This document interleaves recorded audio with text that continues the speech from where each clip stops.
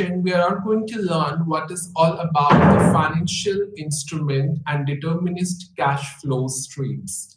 So let's begin with the introduction with the concept that what is exactly the financial instrument.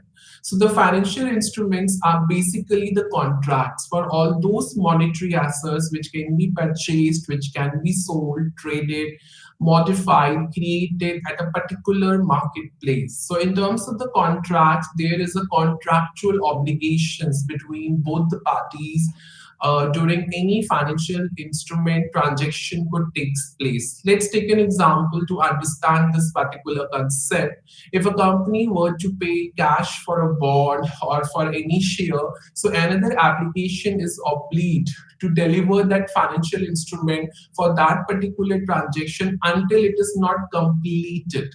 So once the company is obliged to provide the cash while the other is obliged to provide the bond. So it is an exchange of transactions in terms of the financial transaction, either a bond or a share, where the one party is willing to or is obliged to pay for cash for such bond, and another party is obliged to provide that bond, and that is exactly called the financial instrument. So it's just in simple sense, I could say the financial instrument, it's just an exchange process for any of the financial instruments, either bond, share, or any kind of debentures or the mutual funds, where both the parties are obliged, whereas the one party is either to pay the cash and another party is responsible that particular to provide the financial instruments. So there are typically the three main types of financial instruments, that is the cash instruments, derivative instruments, and the foreign exchange instruments. So there are three main categories of the financial instruments, or in other words, I could say the three main types of the financial instruments. The first one is the cash instruments, and the second one is derivative instrument, and the third one is foreign exchange instruments. So let's get an overview of these three categories of the financial instrument.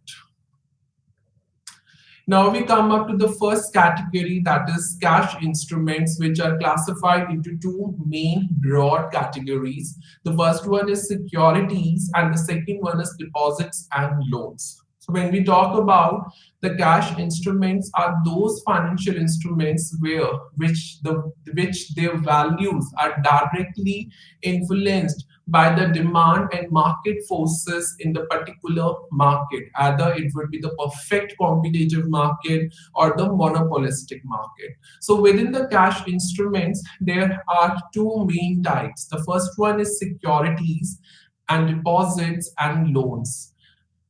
Let's talk about the first category of the cash instruments, that is security. A security is a financial instrument which only have a monetary value and it always being traded on the stock exchange. So when it is being purchased or traded in a particular market, a security always represents the ownership, where the ownership gets who to that particular person who actually buy that security on one hand, and the other hand, that means the stock exchange will automatically provide a security document to to that party who have paid a particular amount of money for it.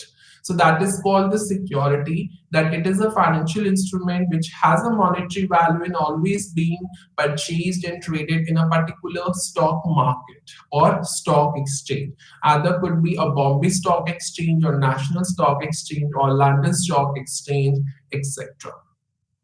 The second category of the cash instrument is deposits and loans. So whatever the transaction is to be done, it is always in the cash only. So both deposits and loans are considered as a cash instruments as well, because they represent the monetary assets of any organization, of any particular enterprises, and always be binded under a contractual agreements between both the parties. Now we come up to the second category, that is the derivative instruments. So derivative instruments are all those financial instruments whose value or the monetary value is easily being determined from their underlying assets. Underlying assets, the assets which have been has some you can see the calculated value, and based on the calculated value, the exact values of the derivative is being determined, and that actually called the derivative instruments. So it could be the resources, it could be the currencies, it could be the bonds, it could be the stock, or it could be the stock exchanges. These are called all the derivative instruments. Even when we talk about the another examples of the derivative instruments are the synthetic agreements, because these agreements are the contractual agreements which is based on a password, which is based on a login details, and any of the parties who are engaged into that particular agreement, they have an equal right to open that agreement using the login IDs, and accordingly they can work on it. So the common examples of the derivative instruments are the synthetic agreements, the forwards, the futures, the options, and the swaps.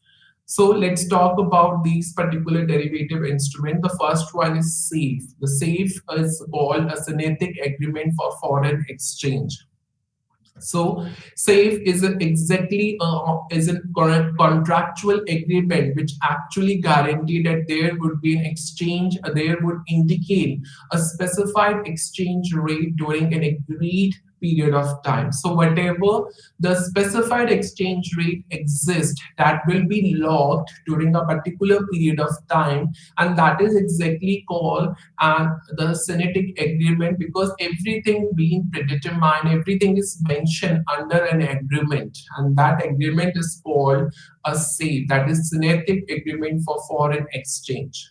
The next one is forward. So forward is one of the main derivative instrument which actually refers a contract between the two parties, which mainly involves a customized derivatives, where the every transaction is to be exist at a particular specified period of time. So a forward is a contract between two parties that involves a customized derivatives, like it could be a bond, it could be a stock, it could be a currency, it could be any type of resources which the exchange occurs. That means if the one party buy a particular stock or bond, so the other party is responsible to pay a particular amount of money to the first party. So it will be exist at the end period of the contract at a particular price or the cost, and that is actually called the forward option. Next one is future.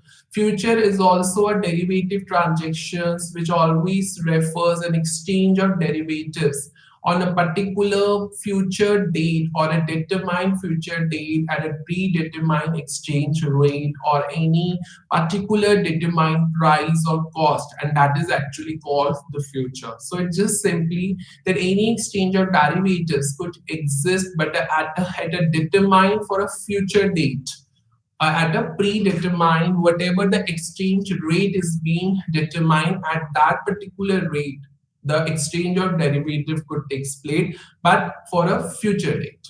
And that is called the future. That is one of the main instrument of derivative market.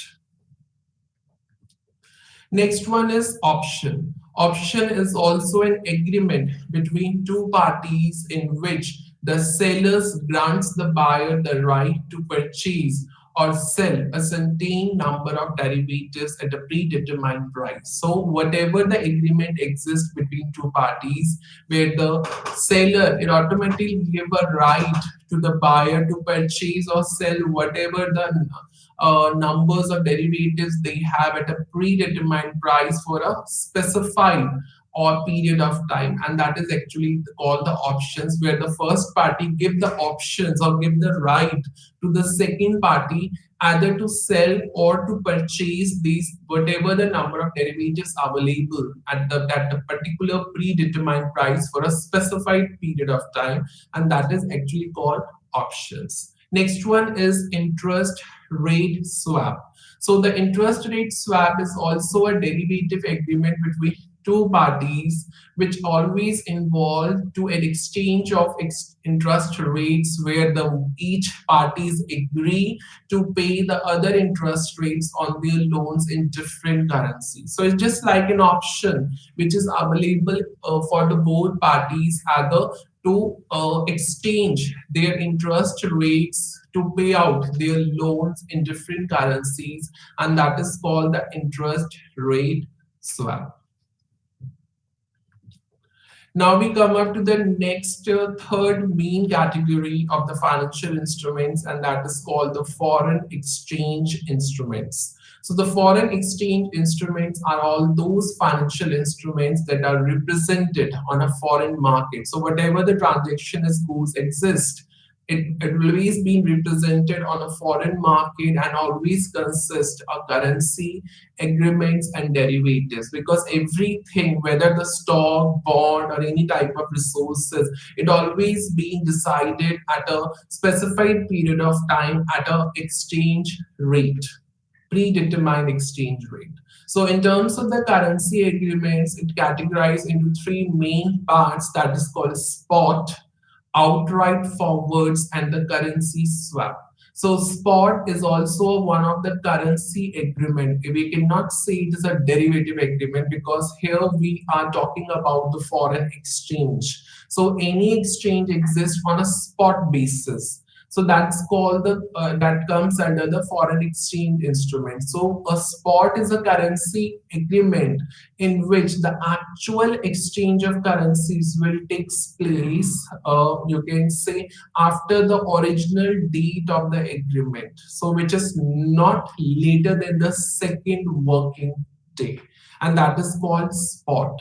So on the spot basis, there is no delay in getting the currency agreement, and immediately the parties will get the currency agreement after the original date of the agreement, and that is actually called the spot. That means on the spot you will get the currencies or the exchange of currencies transactions or agreement is to be done with a limited time frame, and that is actually called spot.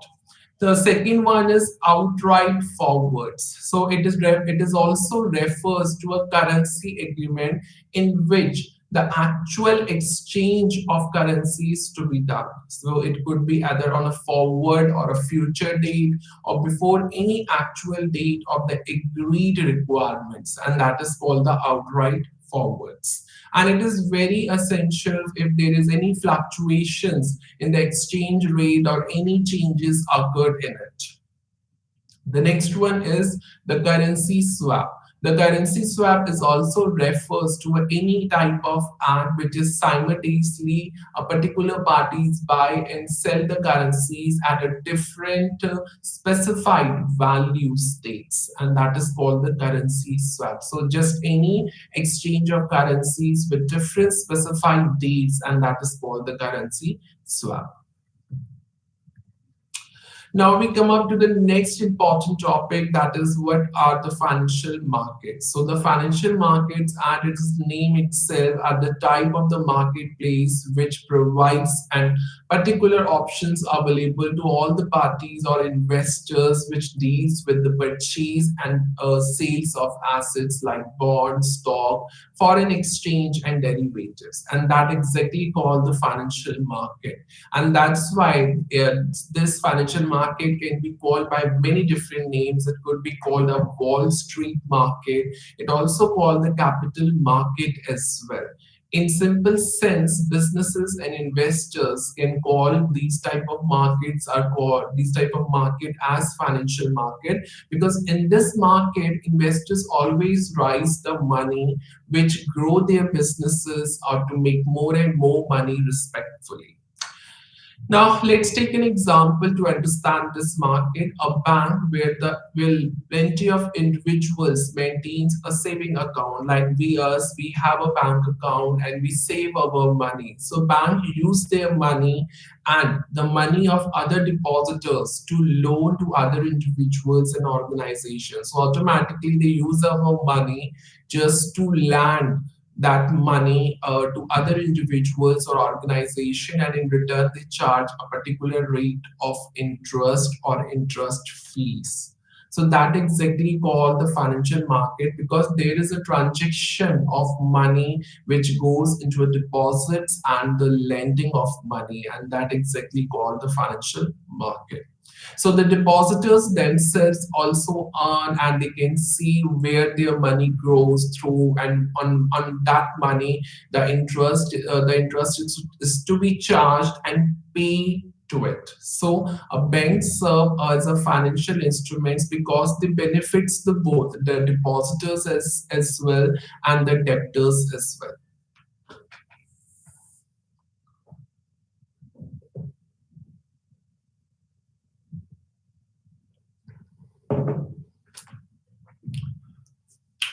Now we can come up to the functions of market, that means the financial markets. First one, it puts savings into a more productive use. So as mentioned in the example which I considered as a bank, so saving account that has money, it always be means saved to just used as a financial or in a financial market where the bank use it and open it and lend the money to the other individuals or the companies in the form of or what they exactly need as home loan, student loan, or business loan. The second function of the financial market is to determine the price of the securities. As there are plenty of securities and the investors always keen to make a profits from their securities or from their investments in securities at the shares, bonds, etc. And as the goods and services where the price is determined by the law and demand, or as same way the prices of the securities are also being determined by the financial markets. Now we come up to the third main function, that it makes the financial assets liquid, as the buyers and the sellers are the only ones who can decide to trade their securities anytime. So they can use the financial markets to sell their securities, either shares or bonds, and make investment as they whatever they make desires on it. The next one is the lowers. It also lowers or just the cost of the transactions of the financial securities. Like in financial markets, there are various types of information regarding the securities which can be acquired or without the need to spend. So there is the investor no need to spend the money. Whatever they have spent it in their last securities and the shares or bonds, they can actually have you can say plenty of information about their past securities, and easily they can achieve the you can say a new securities at a low cost. That means whatever the new transaction has been done, it will be done at a low cost only, and that's why it could be done through the financial markets only, and that's why it is one of the main function that it lowers the cost of transactions. Now we come up to the next important topic, that is the capital market. So the capital market are those markets where the trading of assets like bonds, equity, and securities will take place. So the capital market is also deals with all those financial instruments that having a lock-in period, that having any future due date or the present due date, which is more than a year. That's exactly called the capital market. So if any transaction is being done of shares or debentures or bonds, and it would be traded and sell or purchase of more than a year, and their due date is more than a year, and that exactly called the capital market. So the capital market is mainly categorized into main types. The first one is the primary market, and the second one is the secondary market. So it categorized into two main parts, primary and secondary market. So let's get an overview about the primary and secondary market one by one. So let's talk about the primary market. So the primary market is a marketplace where the companies or where the corporations, which always you can say give a fresh issue of shares to the public so that they can meet up their daily needs or whatever the long-term funds the public need. Actually, through this market, they can meet their necessary long-term needs. So automatically it always extend the transactions of the current trade or buying you can say a fresh shares or bond. So it's such market, it always encourage the investors so that to increase their savings in the economy as well. And through this market also the mobilization of savings has also been you can say taking place in the economy very well. There are major types of issues which comes under this market, that is the offer for sale, that means offer of shares for sale, public issue of shares, issue of the Indian depository receipts, bonus issue, right issue, etc. We come up to the exact meaning of the secondary market. So the secondary market is a prototype of the capital market where the debentures, current shares, options, bond, treasury bills, commercial papers, and you can see bills of exchange, etc. And all these transactions where the enterprises are actually involved in it between or among the investors. So the secondary market is just like an auction business where the businesses of the bonds is function actually through the dealers or the brokers market, and of course the stock exchange where the open invited to the public for to buy the shares, and that exactly called the over the counter market. Let's talk about the distinguish between the primary and secondary market. So as the meaning I already explained, in other words, I could say that the primary market is also called a new issue market and the secondary market is also called the after market. So when we talk about the primary market, it is a direct purchase of shares and debentures. But in case of secondary market, it's through the brokers, it's through the dealers. You have to make a purchase of shares and debentures or bonds under the secondary market. When we talk about the parties of buying and selling as a basis, so in primary market, the buying and selling takes place between the company and the investors. But in secondary market, buying and selling will always takes place between the investors. So in primary market, there a particular investor has to direct deal with the company, but in secondary market, you have to deal with the different investors to whom you have to deal with, or the existing investors who have already have purchased and sell the shares in that particular secondary market, to whom it provides financing. So automatically, when we talk about it, like how the primary market, the finance could take place or the financing could take place, it provides financing. Primary market is also provide financing to the existing companies so that they can facilitate, they can they can make a strong growth and expand the market. But in secondary market, it does not provide any kind of financing to the investors. When we talk about intermediaries involved, underwriters who always helps you can say to the investors that how to bind up a contractual agreement between the companies and investors. But in the secondary market, brokers are the intermediaries who always involves the investors to buy and sell the shares or bonds.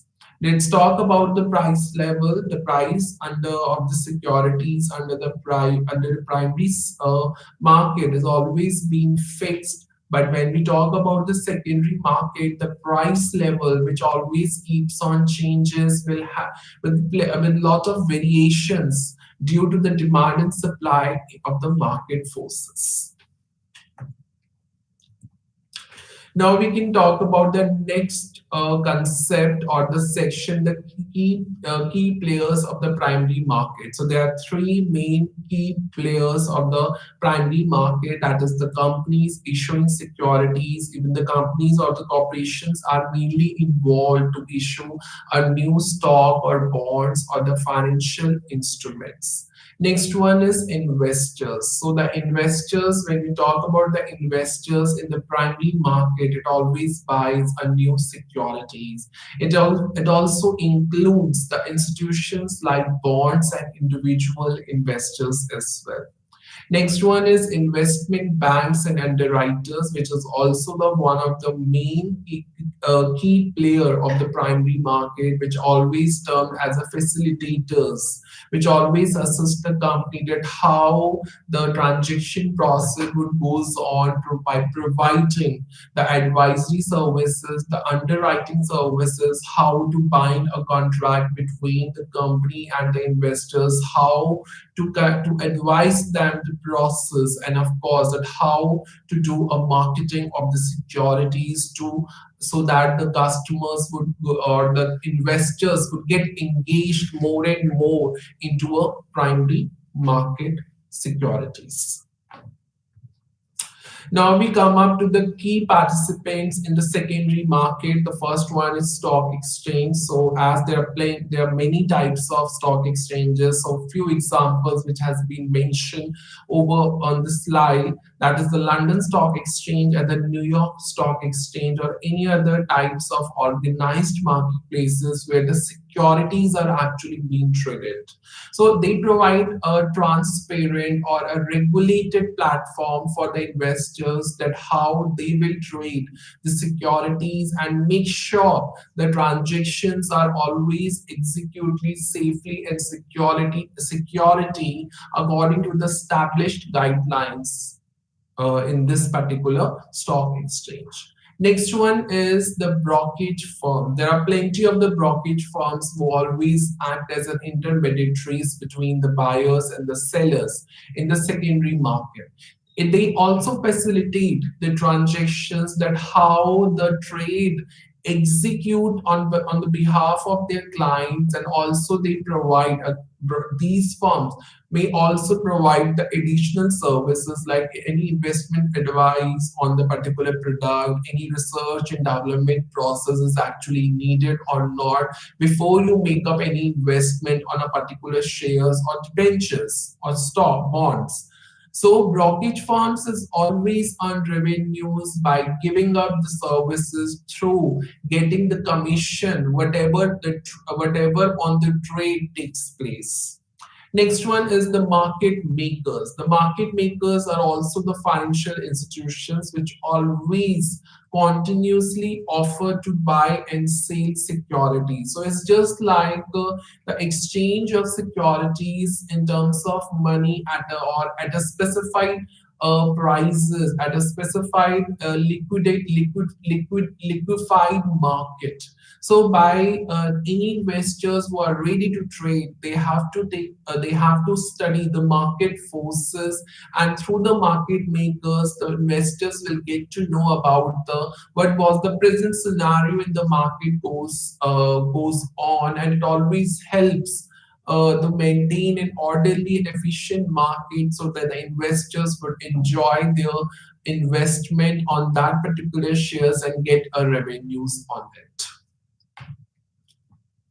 Next one or the last one or the key player of the secondary market, that is the institutional and the retail investors. So institutional investors like mutual funds, insurance companies, pension fund companies, retail investors who are actively participate in the secondary market, they always keep an eye on the shares prices and on what basis they can earn the profits on their investments, whatever the investment they have done on the shares. So their trading activities influence the supply and the demand dynamics of the market and always contribute that how the price is to be determined and how to disclose the prices of that respective shares and bonds in the market. and that role plays by the institutional and the retail investors who are actually deal with the few main you can say products that's called the mutual fund, insurance products, pension products or pension fund products, as well as the retail products, which has been act as an investor who are willing to participate actively in the secondary market. Now we can also talk about the other main types of financial instruments. The first one is under the cash instruments. We always talk about the derivatives. We always talk about the option contracts, so which is also the one of the most important topic, as there are three main categories of the financial instruments, and under each categories there are also the other types of the financial instruments as well.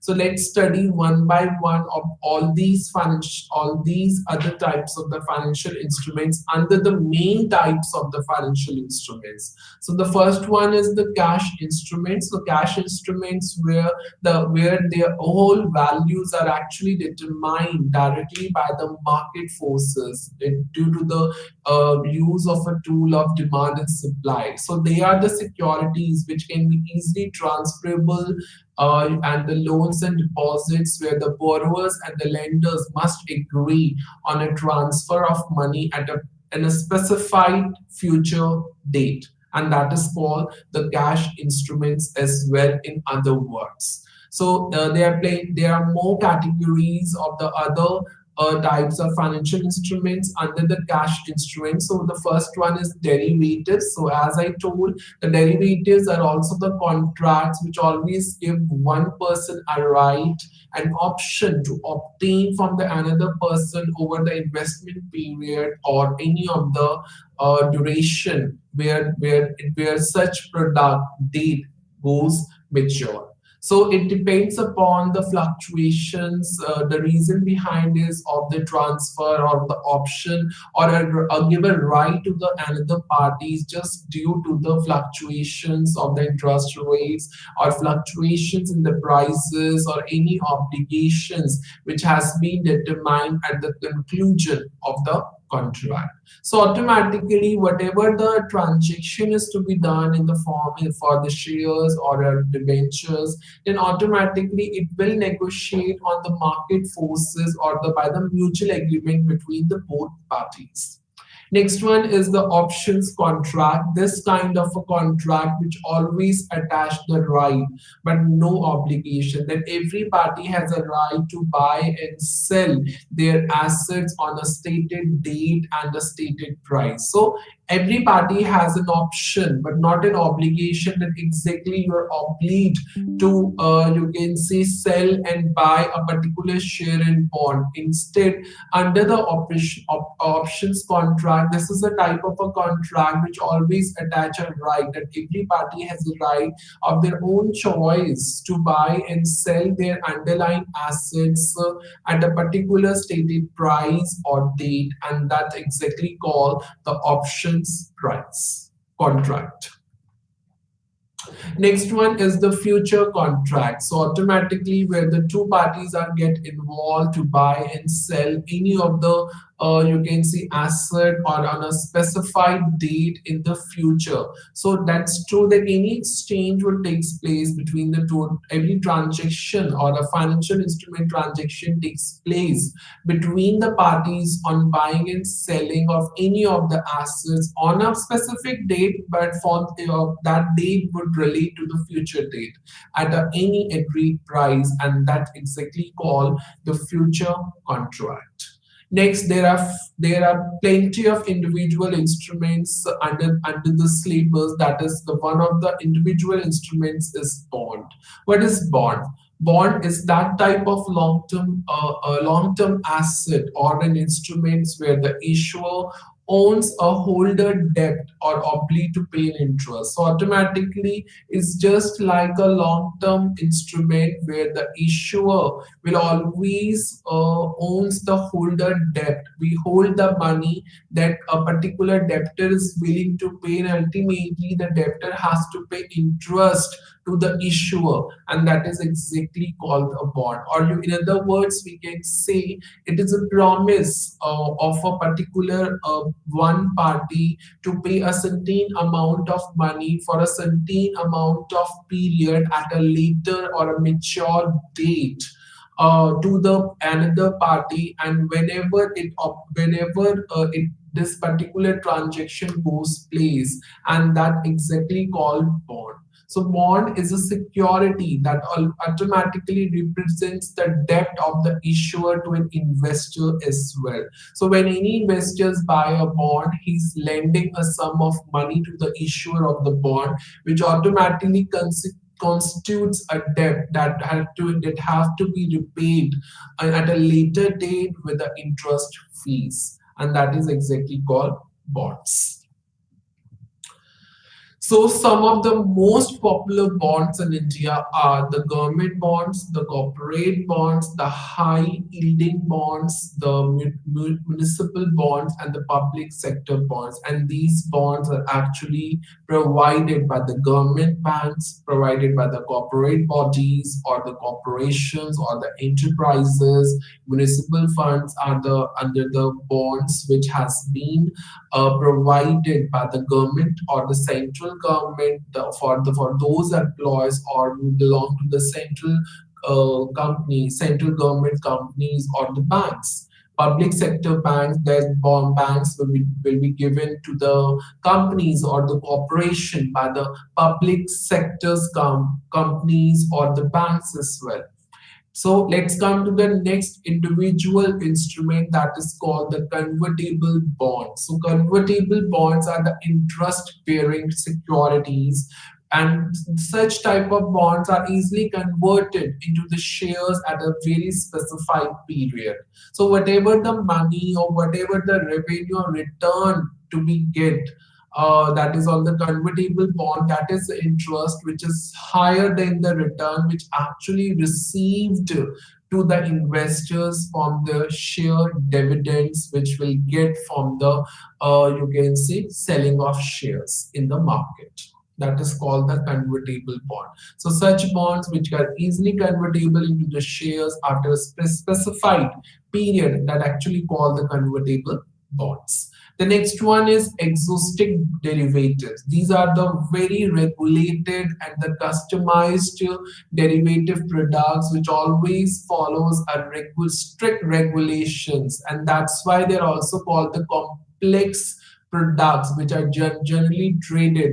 It's vanilla options. So vanilla option is always a high regulated procedure where the such products is to be traded or the created under a strict regulations by the corporations or by the enterprises, and automatically it determined by the existing payoff of the particular derivative products. Next one is the loan. So the loan is as it is the lending of money by one or more individuals or organizations or any other banks to other individuals or organizations. So it's a lending of money from one individuals to another individuals, from one organization to another organization, and that is exactly called a loan. So loan is also one of the main individual instruments where the individual is also lend the money to the another individuals or the companies as well, and that is exactly the term called loans. Next one is T-bills. It's maybe, in other words, we can call it treasury bills, which is more popularly known as the T-bills. And such bills are issued by the government.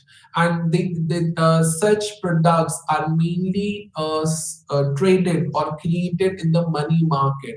What is money market? The money market is also relates to a trading of the securities which within a less than a year. So any trade would exist either shares or bonds within or less than a year.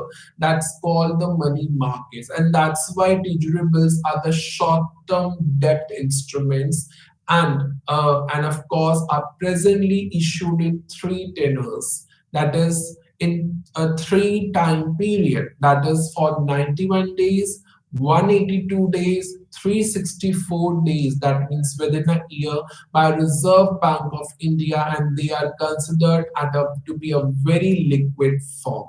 And of course, when in any particular investor would get such bills, it can be easily converted into a cash. And that's why it is termed as a short-term debt instruments, which being issued by the government or the Reserve Bank of India.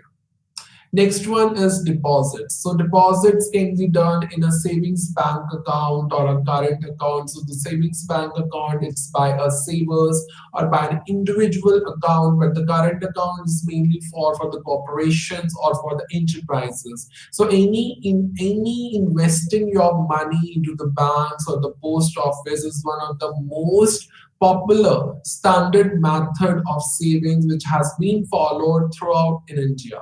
So any risk factor involved in this particular deposit into a saving account or the current account is actually zero, and return is guaranteed in the form of the interest the bank pay into your saving accounts for particular deposits that you may or might have in your savings accounts, and that is exactly called deposits. So deposits are risk free, and of course the returns are absolutely guaranteed if any of the investments is to be done through your savings accounts.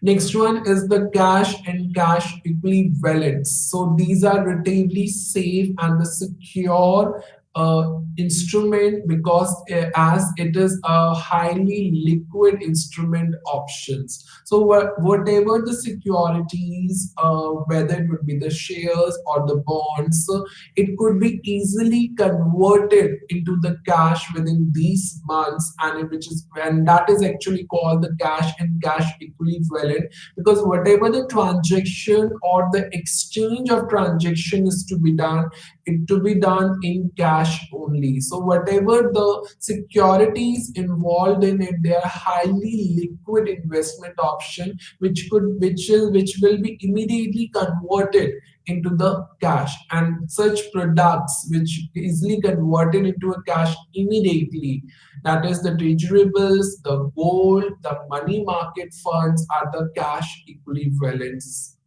products.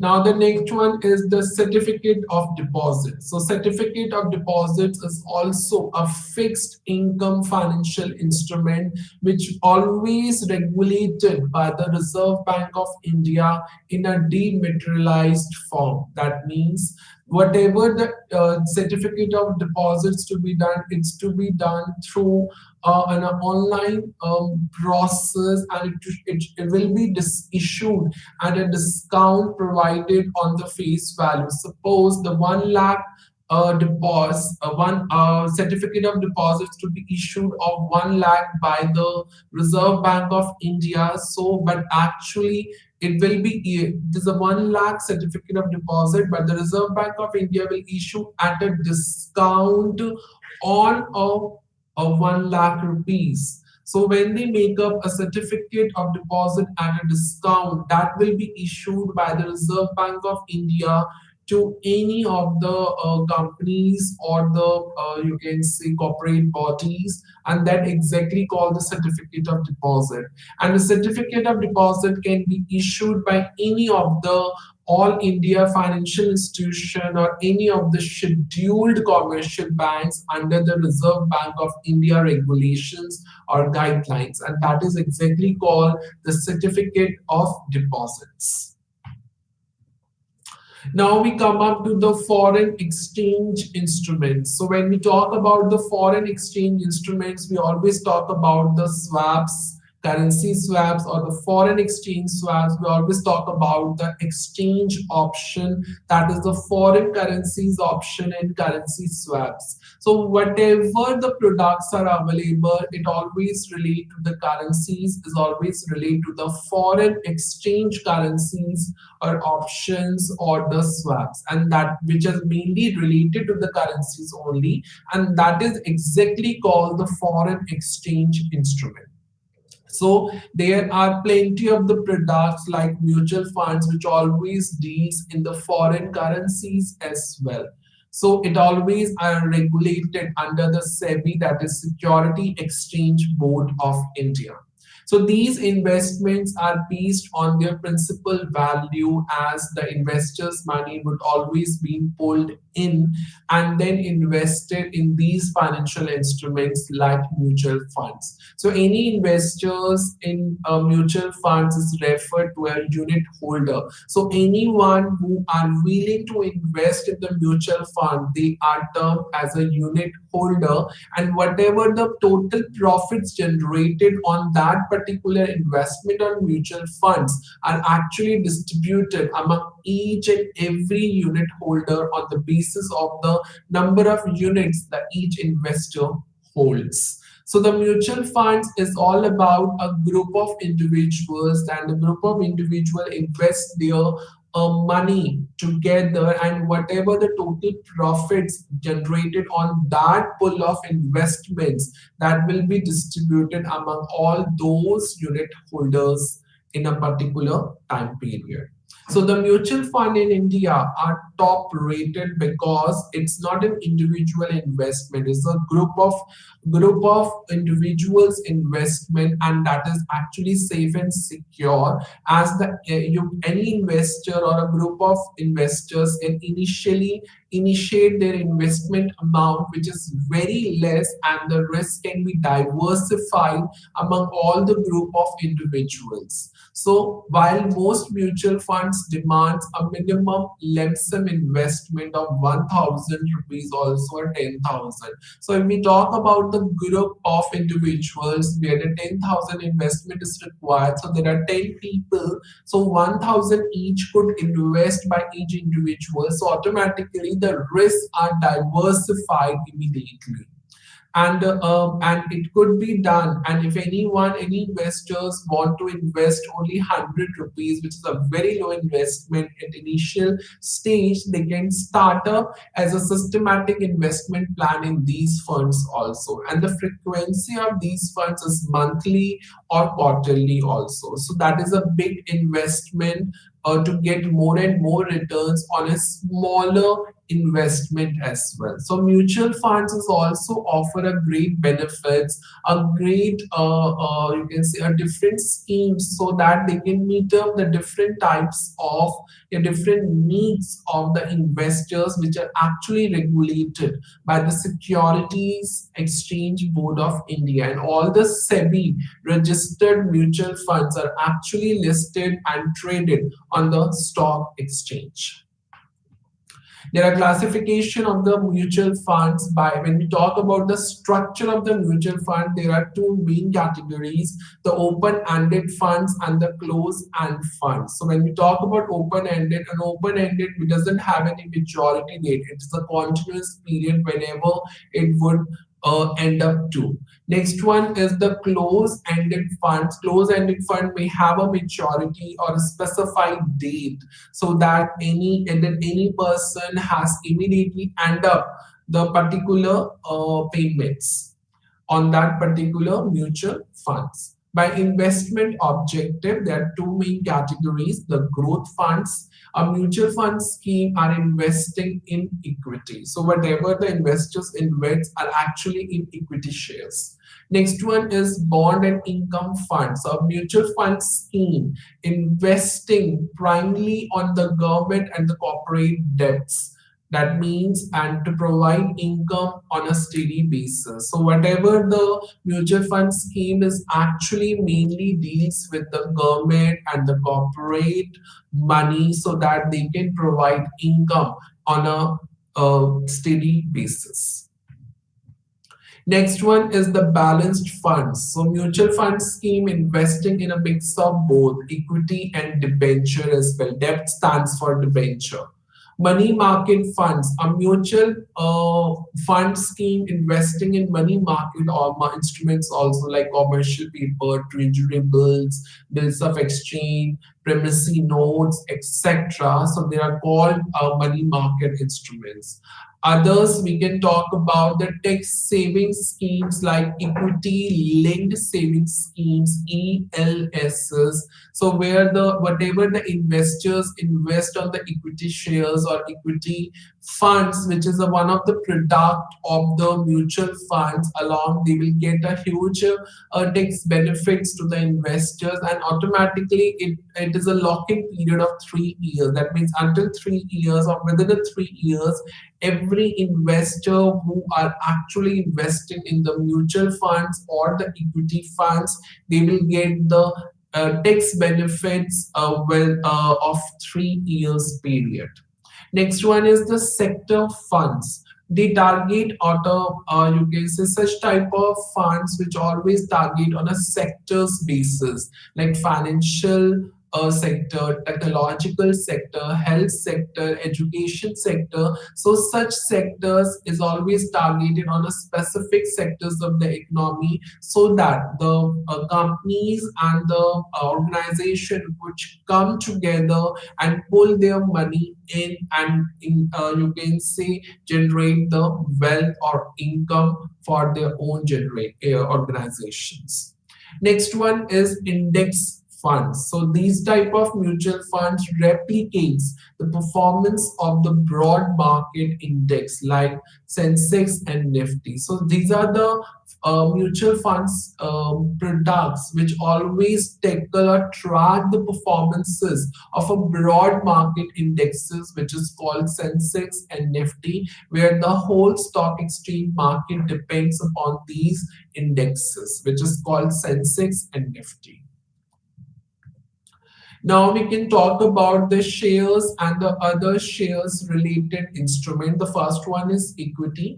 Equity is also a type of security that represents the ownership of the company, where the limited company, the particular investor give the owner the right to a particular company share capital. So each holders of the shares is become a shareholder and carries a right to vote at journal meeting, which is company highest governing body, and that is exactly called the equity shares, which is one of the main security of the share related instrument.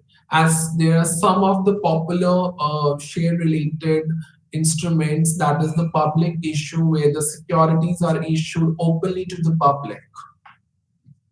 Private placement, where the securities are issued to the selected investors, where the limited companies have make a private placement either in their among their employees, so that which is executed as an issue and which is only aimed to provide a limited number of the investors, which is called a private placement. So the private in the particular private placement, the existing shareholders proportion have an equal right to vote, to share the profits of the share capital in the company, and they still hold the same number of shares, and whatever the market value of such particular invested capital is not even affected, even if any private placement is to be take place in the company.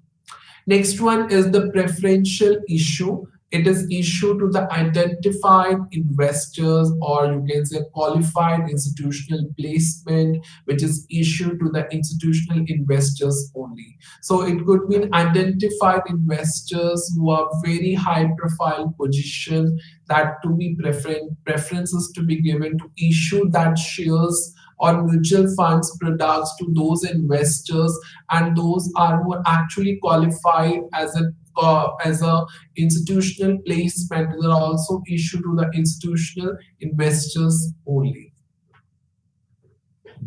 Next one is rights and bonus issue. So when we talk about the right issue, it is issued to the existing shareholders only on a particular recorded or dates. Whatever the recorded dates available, such right issue is to be issued to the existing shareholder. So if any share premium reserve in any limited company, they have a significant value, so that company can transfer that particular proportion of that share premium reserve to the shareholders in a bonus issue. So whatever reserve related to the share premiums reserve in any of the company, whatever the share involved in it, whatever the proportion involved in it, it to be immediately transferred to those existing shareholders when any of the bonuses is to be issued or any of the profits is to be time to distribute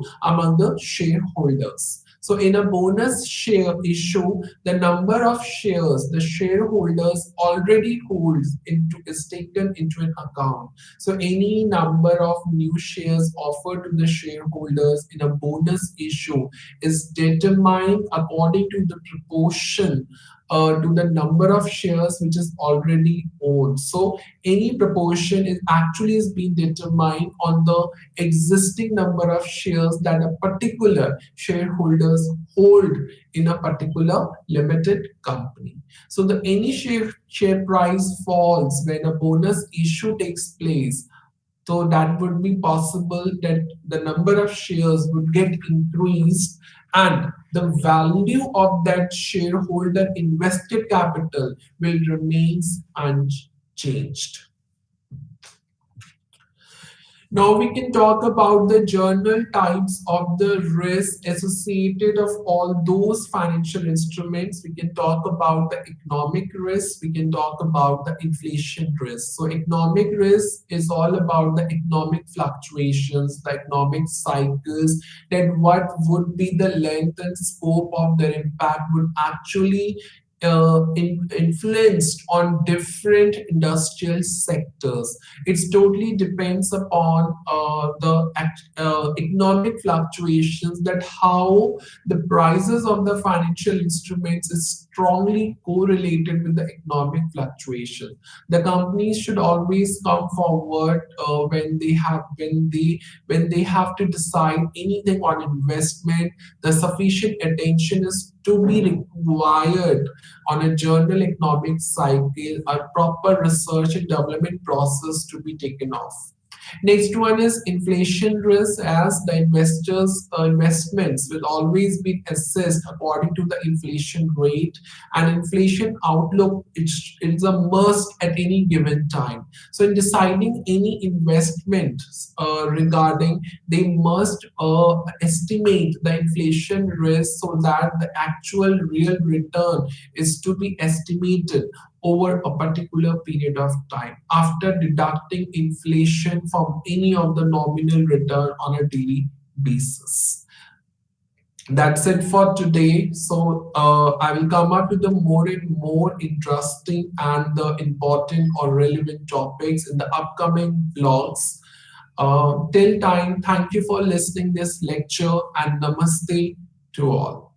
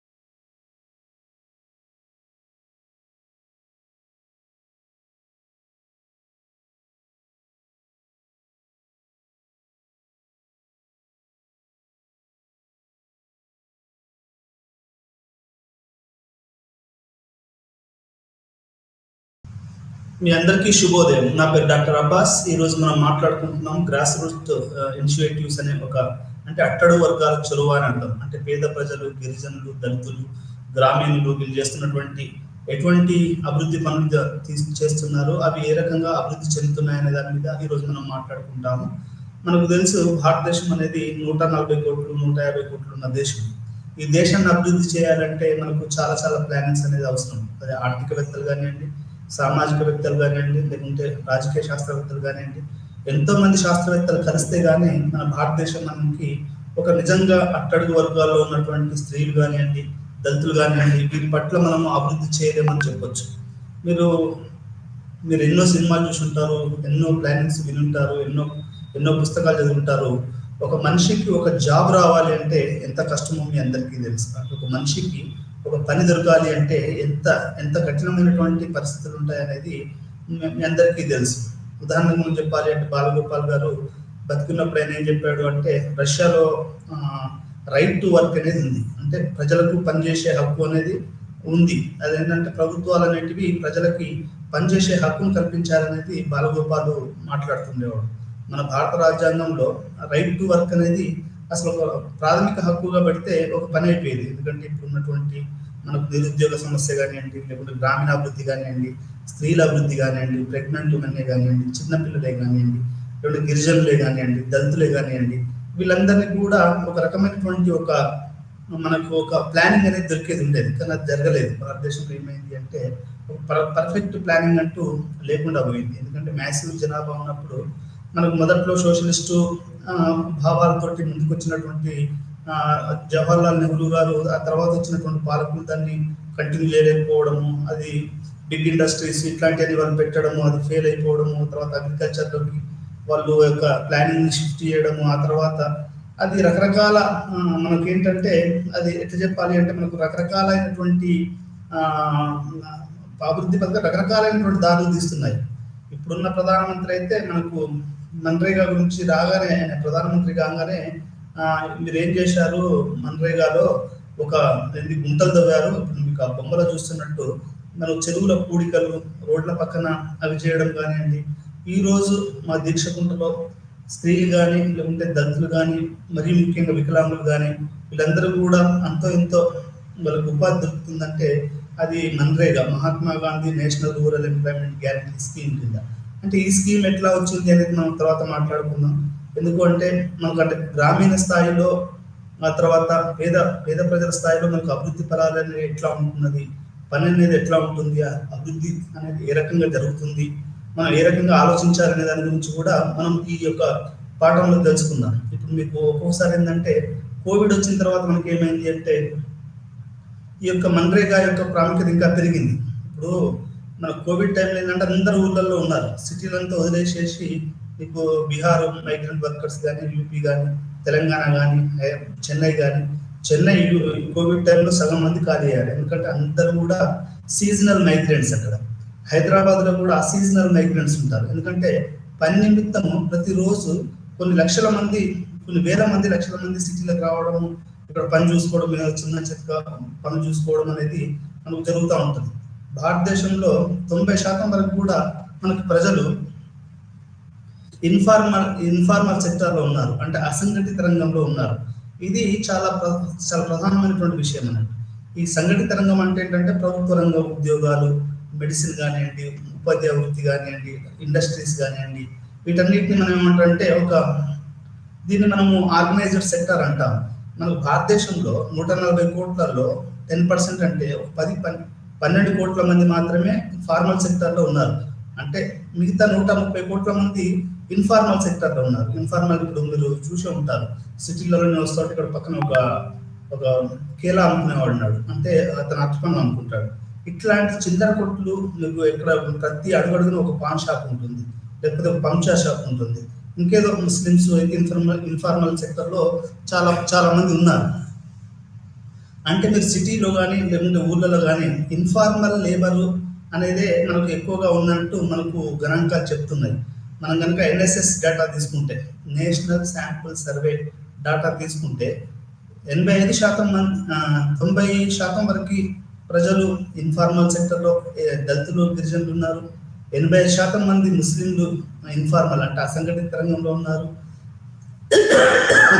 ఆ తర్వాత 93% స్త్రీలు అసంఘటిత రంగంలో ఉన్నారు అని తెలుస్తుంది. అంటే స్త్రీలు అత్యధికంగా మనకు అన్ఆర్గనైజ్డ్ సెక్టర్లో ఉన్నారు అనేది మనకు ఎన్ఎస్ఎస్ డాటా కానివ్వండి, ఆక్స్ఫామ్ డాటా కానివ్వండి, మనకు చాలా స్పష్టంగా చాలా క్లియర్గా చెప్తున్నాయి. అంటే అసంఘటిత రంగంలోనే మనకు ఎక్కువ మంది వర్క్ చేస్తున్నారు. మరీ ముఖ్యంగా మహిళలు, దళితులు, గిరిజనులు, ముస్లింలు వీళ్ళు ఎక్కువగా మనకు అసంఘటిత రంగంలో ఉన్నట్టు మనకు చాలా గణాంకాలు చెప్తున్నాయి. ఎన్ఎస్ఎస్ డాటా చెప్తుంది, ఆక్స్ఫామ్ చెప్తుంది.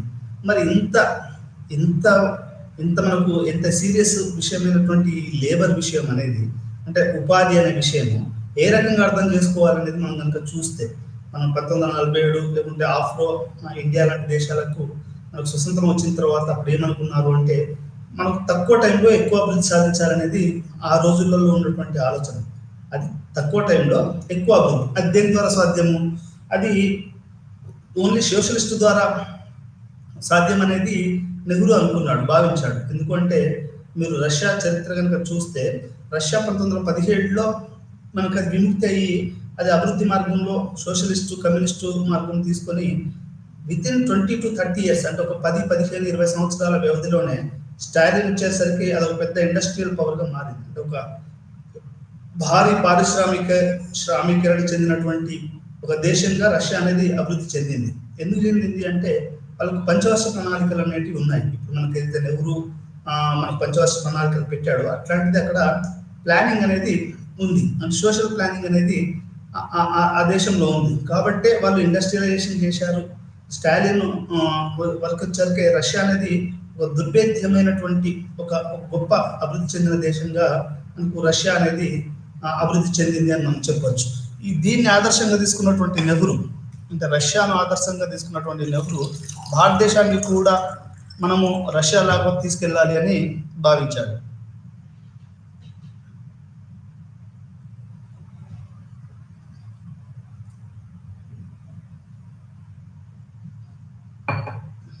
భారతదేశాన్ని కూడా మనం రష్యన్ మోడల్లో తీసుకెళ్లాలని ఆయన భావించాడు. అందుకనే మొట్టమొదటి పంచవర్ష ప్రణాళికలో మనకి ఇండస్ట్రీస్, హెవీ ఇండస్ట్రీస్ అంటే బిహెచ్ఎల్, బాక్రానంగలు ఇట్లాంటి వాటిని ఆయన ప్రోత్సహించాడు.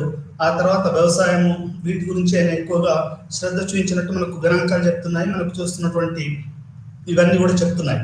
అంటే ఇక్కడ మనం అర్థం చేసుకోవాల్సింది ఏంటి అంటే, ఈ యొక్క అభివృద్ధి అనేది అంటే ఇంత మ్యాసివ్ పేదరికం ఉన్నటువంటి దేశంలో, నేను కూడా కేరళ పేపర్కి ఒకటి రాశాను ఏంటంటే జాబ్లెస్ గ్రోత్ వైపు ఇండియా పోతుందని.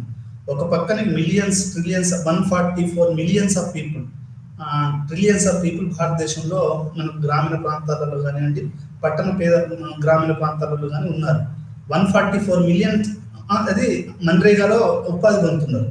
అది పక్కన పెడితే ఇంత పెద్ద దేశానికి ఎట్లా మనం ఉపాధి కల్పించాలనేది ప్రముఖంగా భారతదేశంలోని రాజకీయ నాయకులకి, ఆర్థికవేత్తలకి ఒక పెను సవాలని చెప్పవచ్చు, సోషియాలజిస్టులకు కూడా. అయితే ఏం జరిగింది అనేది కూడా మనం ఇప్పుడు ఆలోచిస్తే, ఎప్పుడైతే భారతదేశం స్వతంత్రం వచ్చిందో ఆ రోజులలో ప్రపంచం అనేది 2 పోలార్స్గా ఉండేది. ఒకటేమో పెట్టుబడిదారీ వర్గమైనటువంటి అమెరికా, దాని యొక్క మిత్ర దేశాలు, రెండోది రష్యా, పోలాండ్, దాని మిత్ర దేశాలు. ఇట్లా 2గా బైపోలార్ వరల్డ్లో మనకు స్వతంత్రం వచ్చింది. వచ్చినప్పుడు ఏం చేశారు అంటే అభివృద్ధి అనేది జరగాలి మరియు త్వరితగతిన జరగాలి అనే ఉద్దేశంతో నెహ్రూ గారు రష్యన్ మోడల్ అయినటువంటి పంచవర్ష ప్రణాళికలను తీసుకోవడము, ఆయన దాని మీద ఆయన కొంచెం కృషి చేసేసి ఒక ప్లానింగ్ కమిషన్ పెట్టడం, నిధులు కేటాయించడంలో ఆ ప్లానింగ్ కమిషన్ అనేది మనకు చాలా ప్రభావవంతంగా పనిచేస్తుంది. ఎందుకంటే ఏ రాష్ట్రానికి ఎంత పోవాలి, ఏ స్కీమ్కి ఎంత పోవాలి, ఇదంతా కూడా దేని మీద మనము ప్రియారిటైజేషన్ అంటారు. ప్రియారిటైజేషన్ అంటే దాన్ని ఏమంటారంటే దేనికి ఎక్కువ మనం ప్రాధాన్యతను ఇవ్వాలి. ఉదాహరణకి ఇప్పుడు మోడీ ప్రభుత్వము ఇన్ఫ్రాస్ట్రక్చర్ మీద ఎక్కువగా అది ఫోకస్ చేస్తుంది. అంటే వసతుల కల్పనలో మోడీ గారి ప్రభుత్వము చాలా ముందంజలో ఉంది. అయితే ఇది ఉద్యోగాలకు దారితీస్తుందా అనేది ప్రశ్నార్థకం. ఇప్పుడు నీకు పెద్ద క్వాడ్రంగల్ రోడ్స్ అని వేస్తారు, అంటే అంతర్జాతీయ విమానాశ్రయాలని యోగి దాంట్లో ఒకటి కడుతున్నారని మనకు యూట్యూబ్లో అక్కడ అవపడుతూ ఉంటుంది. కాబట్టి ఇట్లాంటి భారీ ప్రాజెక్టులు లేకుంటే ఇట్లాంటి రోడ్లు, ఇవి ఇన్ఫ్రాస్ట్రక్చర్ అనేది ఇప్పుడు ప్రభుత్వం ఉన్నటువంటి ముందు వాళ్ళు ఎక్కువగా ఇది ప్రియారిటైజ్ చేస్తున్నారు. అంటే మనకు ఇన్ఫ్రాస్ట్రక్చర్ అంటే విదేశీ నిధులు వస్తాయి, మనం అభివృద్ధి చెందొచ్చు అనేది ప్రస్తుతం మోడీ గారు చేస్తున్నటువంటి ఆయన అభివృద్ధి మంత్రమైనది. ఇన్ఫ్రాస్ట్రక్చర్ మీద ఖర్చు పెట్టడం, అది ఏంటంటే మీకు స్మార్ట్ సిటీసే కానివ్వండి, ఇట్లాంటివన్నీ కూడా ఆయన గారు చేస్తున్నారు. ఈ ఉదాహరణ ఎందుకు చెప్తున్నానంటే, మనం నెహ్రూ గారి నుంచి మొదలు పెట్టుకుంటే మోడీ గారి వరకు రకరకాలుగా ఈ అభివృద్ధి అనే పదము, దాని యొక్క అర్థాన్ని, దాని యొక్క మొత్తాన్ని మారిపోయింది అనేది మనం అర్థం చేసుకోవాలి. అభివృద్ధికి ఇంతకుముందు ఏమని అర్థం ఉండేది అంటే, ఒక మనిషి ఆర్థికంగా అభివృద్ధి చెందితే చాలు, ఒక మనిషి ఆర్థికంగా అభివృద్ధి చెందితే చాలు అని భావించేవారు. అంటే ఒక దేశం ఆర్థికంగా బలంగా అయితే దాన్ని ట్రికిల్ డౌన్ ఎఫెక్ట్ అంటారు. అంటే ఇప్పుడు మనం నెహ్రూ గారు తెలుసు కదా, మరి భారతదేశం అనేది వ్యవసాయ సంబంధిత దేశం అని తెలిసినప్పుడు ఆయన పరిశ్రమలకు ఎందుకు అవకాశం ఇచ్చాడు అంటే, ఆ రోజులలో ఏమనుకునేవాళ్ళు అంటే, ఒక రంగాన్ని కనుక మనం అభివృద్ధి చెందితే, అంటే మనం కనుక పారిశ్రామిక రంగాన్ని కనుక మనం అభివృద్ధి చేస్తే అది ట్రికిల్ డౌన్ అయింది. ట్రికిల్ డౌన్ అంటే ఆ అభివృద్ధి ఫలాలు వ్యవసాయానికి, ప్రజలకి, ఊర్లకు చేరుతుంది అనేది నెహ్రూ భావించాడు. నెహ్రూవే కాదు, అప్పుడున్నటువంటి ఆర్థికవేత్తలు కానివ్వండి, సామాజికవేత్తలు కానివ్వండి, రాజకీయవేత్తలు కానివ్వండి, ఇంకా రకరకాల వాళ్ళు, డిప్లొమాట్స్ కానివ్వండి, వీళ్ళందరూ కూడా ఏం ఆలోచించారు అంటే, ఈ యొక్క ఒక రంగాన్ని మనం బాగా అభివృద్ధి చెందితే ఆ రంగం అనేది, దాని యొక్క ఫలాలు అనేటివి వేరే రంగాల మీద పడి ట్రికిల్ డౌన్ ఎఫెక్ట్ అవుతుంది, అది దానివల్ల ప్రజలు అభివృద్ధి చెందుతారు అనేది ఆ రోజులలో బలంగా నమ్మేవారు. కాబట్టి మొట్టమొదటి పంచవర్షాల ప్రణాళికల్లో కొన్ని వేల కోట్ల రూపాయలు మనకి BHEL, Bhakra Nangal dam, Nagarjuna Sagar dam, ఇట్లాంటి వాటిలలో నెహ్రూ గారు ఖర్చు చేయడం అనేది జరిగింది. మరి ఆ తర్వాత మరి ట్రికిల్ డౌన్ అయిందా, మీరు నన్ను ప్రశ్న అడగవచ్చు, ఏమని? అది ట్రికిల్ డౌన్ అయిందా మరి అంటే, అవి అభివృద్ధి చెందడం వల్ల ప్రజలు దీక్షకుంటకు ఏం జరిగింది అని మీరు ఉదాహరణకు ప్రశ్న ఇస్తే, దీక్షకుంటలో ఉన్నాడు ఏ BHELకో, ఏ నాగార్జున సాగర్ కిందనో, లేకపోతే ఏ దాని కింద ఏమైనా పొలాలు లేవు, లేకుంటే ఏ ఎంప్లాయ్మెంట్ లేదు, ఇవన్నీ ఏం జరగలేదు. అంటే మనకి ఈ యొక్క ట్రికిల్ డౌన్ ఎఫెక్ట్ అనేది జరగలేదు, ఫెయిల్ అయిపోయింది ప్రపంచవ్యాప్తంగా అనేది 1940, 50, 60లలో గమనించారు. ఏం గమనించారా అంటే, ట్రికిల్ డౌన్ ఎఫెక్ట్ అయితే ఏదైతే బలంగా నమ్మారో ఆర్థికవేత్తలు, సామాజికవేత్తలు, వీళ్ళంతా ఏదైతే నమ్మారో అది ఫెయిల్ అయిపోయింది అనేది మనకి ఇక్కడ అర్థమవుతుంది. అది 1960లో కూడా ఈ యొక్క అమర్త్య సేను, సమీర్ అమీను, తర్వాత నాకు గున్నార్ మిర్దార్, వీళ్ళు ముగ్గురు కూడా ఏం చేశారంటే, ఈ ప్రపంచ అభివృద్ధి నమూనా ఏదైతే ఉందో, అది ట్రికిల్ డౌన్ అంటే ఒక రంగాన్ని మనం అభివృద్ధి చెందితే అది వేరే రంగాలకు కూడా విస్తరించి ఆ దేశం బాగుపడుతుందనే ఒక అభివృద్ధి మోడల్ని మనకు అమర్త్య సేను, సమీర్ అమీను, మాత్రం AG ఫ్రాంక్, వీళ్ళందరూ కూడా దాన్ని వ్యతిరేకించారు. అది ఫెయిల్ అయిపోయింది. ఆ మోడల్ ట్రికిల్ డౌన్ ఎఫెక్ట్ అనే మోడల్ ఫెయిల్ అయిపోయి అల్టర్నేటివ్ మోడల్స్ అనేటివి వచ్చాయి. అల్టర్నేటివ్ మోడల్స్ ఏంటి అని అంటే, మీరు మహబూబుల్ హక్, పాకిస్తానీ ఎకానమిస్ట్ అనేటువంటి అతను తీసుకుంటే, అతను పీపుల్ సెంట్రిక్ డెవలప్మెంట్ ఉండాలి అని చెప్పాడు. లేకుంటే మనం బంగ్లాదేశ్ ఉన్నటువంటి కేర్ టేకర్ ప్రైమ్ మినిస్టర్ తీస్తే ఆయన ఏమన్నాడు అంటే, మనకు పేద ప్రజలకి వడ్డీ ఇస్తేనే అది బంగ్లాదేశ్ గ్రామీణ బ్యాంక్ అని ఆయన పెట్టడం జరిగింది. ఆయన ఏమంటాడు, మనకు లోన్స్ ఇవన్నీ కూడా మనకు క్రెడిట్ అనేది ఊరు వాళ్ళకి ఇస్తే వాళ్ళు తిరిగి చెల్లిస్తారు, మధ్యతరగతి వాళ్ళు ఐపీలు పెట్టి అది పెట్టి ఇది పెట్టి మోసం చేసే అవకాశం ఎక్కువ ఉందని మనకు ఈ యొక్క యూనస్ గారు చెప్పారు. అంటే ఆర్థికవేత్తలు, సామాజికవేత్తలు alternative development, people's oriented development అటు అనేది వాళ్ళు చూపించడం జరిగింది. ఇప్పుడు అమర్త్య సేన్ గారు ఏమంటారు, నువ్వు ఎంటైటిల్మెంట్ ఇవ్వాలి అంటాడు. ఉదాహరణకి ఎంటైటిల్మెంట్ ఏంటి అనేది మీకు చెప్తాను. ఒక గర్భిణీ స్త్రీ ఒక హాస్పిటల్ పోయినప్పుడు ఆమె డెలివరీ ఇవ్వడం, ఫ్రీ డెలివరీ కావడం అనేది ఆమెకున్న ప్రత్యేక హక్కు. అది ఇప్పుడు నువ్వు డెలివరీ టైంలో తీసుకెళ్ళి నువ్వు 2000 ఇస్తేనే నేను డెలివరీ చేస్తాను, ఇప్పుడు సినిమాలలో చూపిస్తూ ఉంటాం. మన అంతెందుకు, మన జాతీయ ఉత్తమ కొరియోగ్రాఫర్ వాళ్ళ భార్య డెలివరీకి ఉంటే ప్రాబ్లం అవుతుందని రామ్ చరణ్ ఏదో డెలివరీకి హెల్ప్ చేశాడని చెప్తా ఉంటాం. యాక్చువల్గా ఇప్పుడు ఈ యొక్క డెలివరీ అనేది ఆమె హక్కు. అంటే అది ప్రభుత్వం అనేది ఆమెకు ఫ్రీగా ఇవ్వాలి, ఆ ఎంటర్టైన్మెంట్ ఇవ్వాలి. కానీ ఇక్కడ ఏం చేస్తున్నారు, ప్రైవేట్ రంగం వాళ్ళు వాళ్ళకున్న హక్కుల్ని కాల రాస్తున్నారు అనేది చెప్పడం మన ప్రధాన ఉద్దేశం. అందుకని అమర్త్య సేన్ గారు ఏం చెప్తారంటే, వాళ్ళు స్ట్రెంథనింగ్ ది ఎంటైటిల్మెంట్స్, అంటే మనం వాళ్ళకున్న ప్రత్యేక హక్కుల్ని, ఇప్పుడు స్త్రీలకు ఉన్నటువంటి ప్రత్యేక హక్కుల్ని రిప్రొడక్టివ్ దాంట్లో మనం కనుక స్ట్రెంగ్తన్ చేస్తే అది కేపబిలిటీస్కి దారితీస్తుంది. అదేంటంటే ఒక సామర్థ్యాల పెంపుకు దారితీస్తుంది అనేది మనకు అమర్త్య సేన్ గారు చెప్పారు. అంటే మనం ఒక స్త్రీ గర్భిణి ఉన్నప్పుడు ఆమె దగ్గర డబ్బులు తీసుకోవడం అనేది అది నిజానికి కూడా ఒక పాపం అని చెప్పొచ్చు.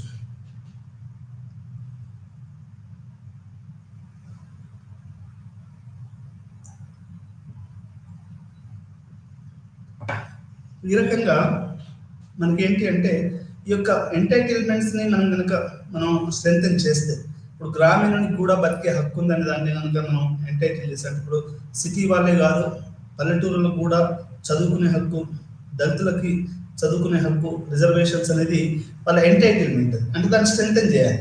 లేకపోతే గ్రామీణ యొక్క ఎడ్యుకేషన్ని, స్త్రీల యొక్క ఎడ్యుకేషన్ని మనం స్ట్రెంగ్తన్ చేయాలి. ఎంటైటిల్మెంట్స్ అంటారు దాన్ని. అంటే ఇప్పుడు నేను ఉదాహరణ చెప్పాను కదా, ఒక గర్భిణీ స్త్రీకి అయితే ఎట్లయితే తమ పిల్లల్ని అంటే డెలివరీ చేయడానికి ఎంతైతే హక్కు ఉందో, ఒక ప్రత్యేక హక్కును మనం వాళ్ళకి ఇవ్వాలి. అది ఇవ్వలేదు అనుకోండి, ఇప్పుడు ఆమె గర్భిణి ఉంచుకొని ఆ హాస్పిటల్కి ఈ హాస్పిటల్ తిరగలేదు కదండి, తిరిగి అది ఎంత అన్యాయం, అది అమానుషం అని. అంటే గర్భిణీ స్త్రీలకు ఆ యొక్క హక్కు మనం దాన్ని గట్టిపరిస్తే అదేమవుతుంది అంటే అది స్త్రీల సాధికారతకు అది దారితీస్తుంది అనేది ఇక్కడ నేను ఉదాహరణపూర్వకంగా చెప్పదలుచుకున్నాను. అయితే ఈవెన్ 1960-70ని అంతర్జాతీయ సంస్థలు ఏవైతే ఉన్నాయో, అంటే యుఎన్ కానివ్వండి, లేకుంటే వరల్డ్ బ్యాంక్, ఇట్లాంటివన్నీ కూడా 1960-70ని స్త్రీ సాధికారత డికేడ్గా వాళ్ళు ప్రకటించారు. ఎందుకంటే ఈ ట్రికిల్ డౌన్ ఎఫెక్ట్ అనేది అది పనిచేయట్లేదు అనేది మనకు వాళ్ళకి అర్థమైపోయే అభివృద్ధి అనేది కొద్ది మందికే అభివృద్ధి అవుతుంది తప్ప దళితులు, గిరిజనులు, మైనారిటీలు, మత మైనారిటీలు, మిగతా వాళ్ళు అభివృద్ధి చెందట్లేదు అనేది మనకు అర్థమైపోయే వాళ్ళు ఏంటంటే స్త్రీ సాధికారత డికేడ్గా 1970ని వాళ్ళు ప్రకటించడం మొదలుపెట్టారు.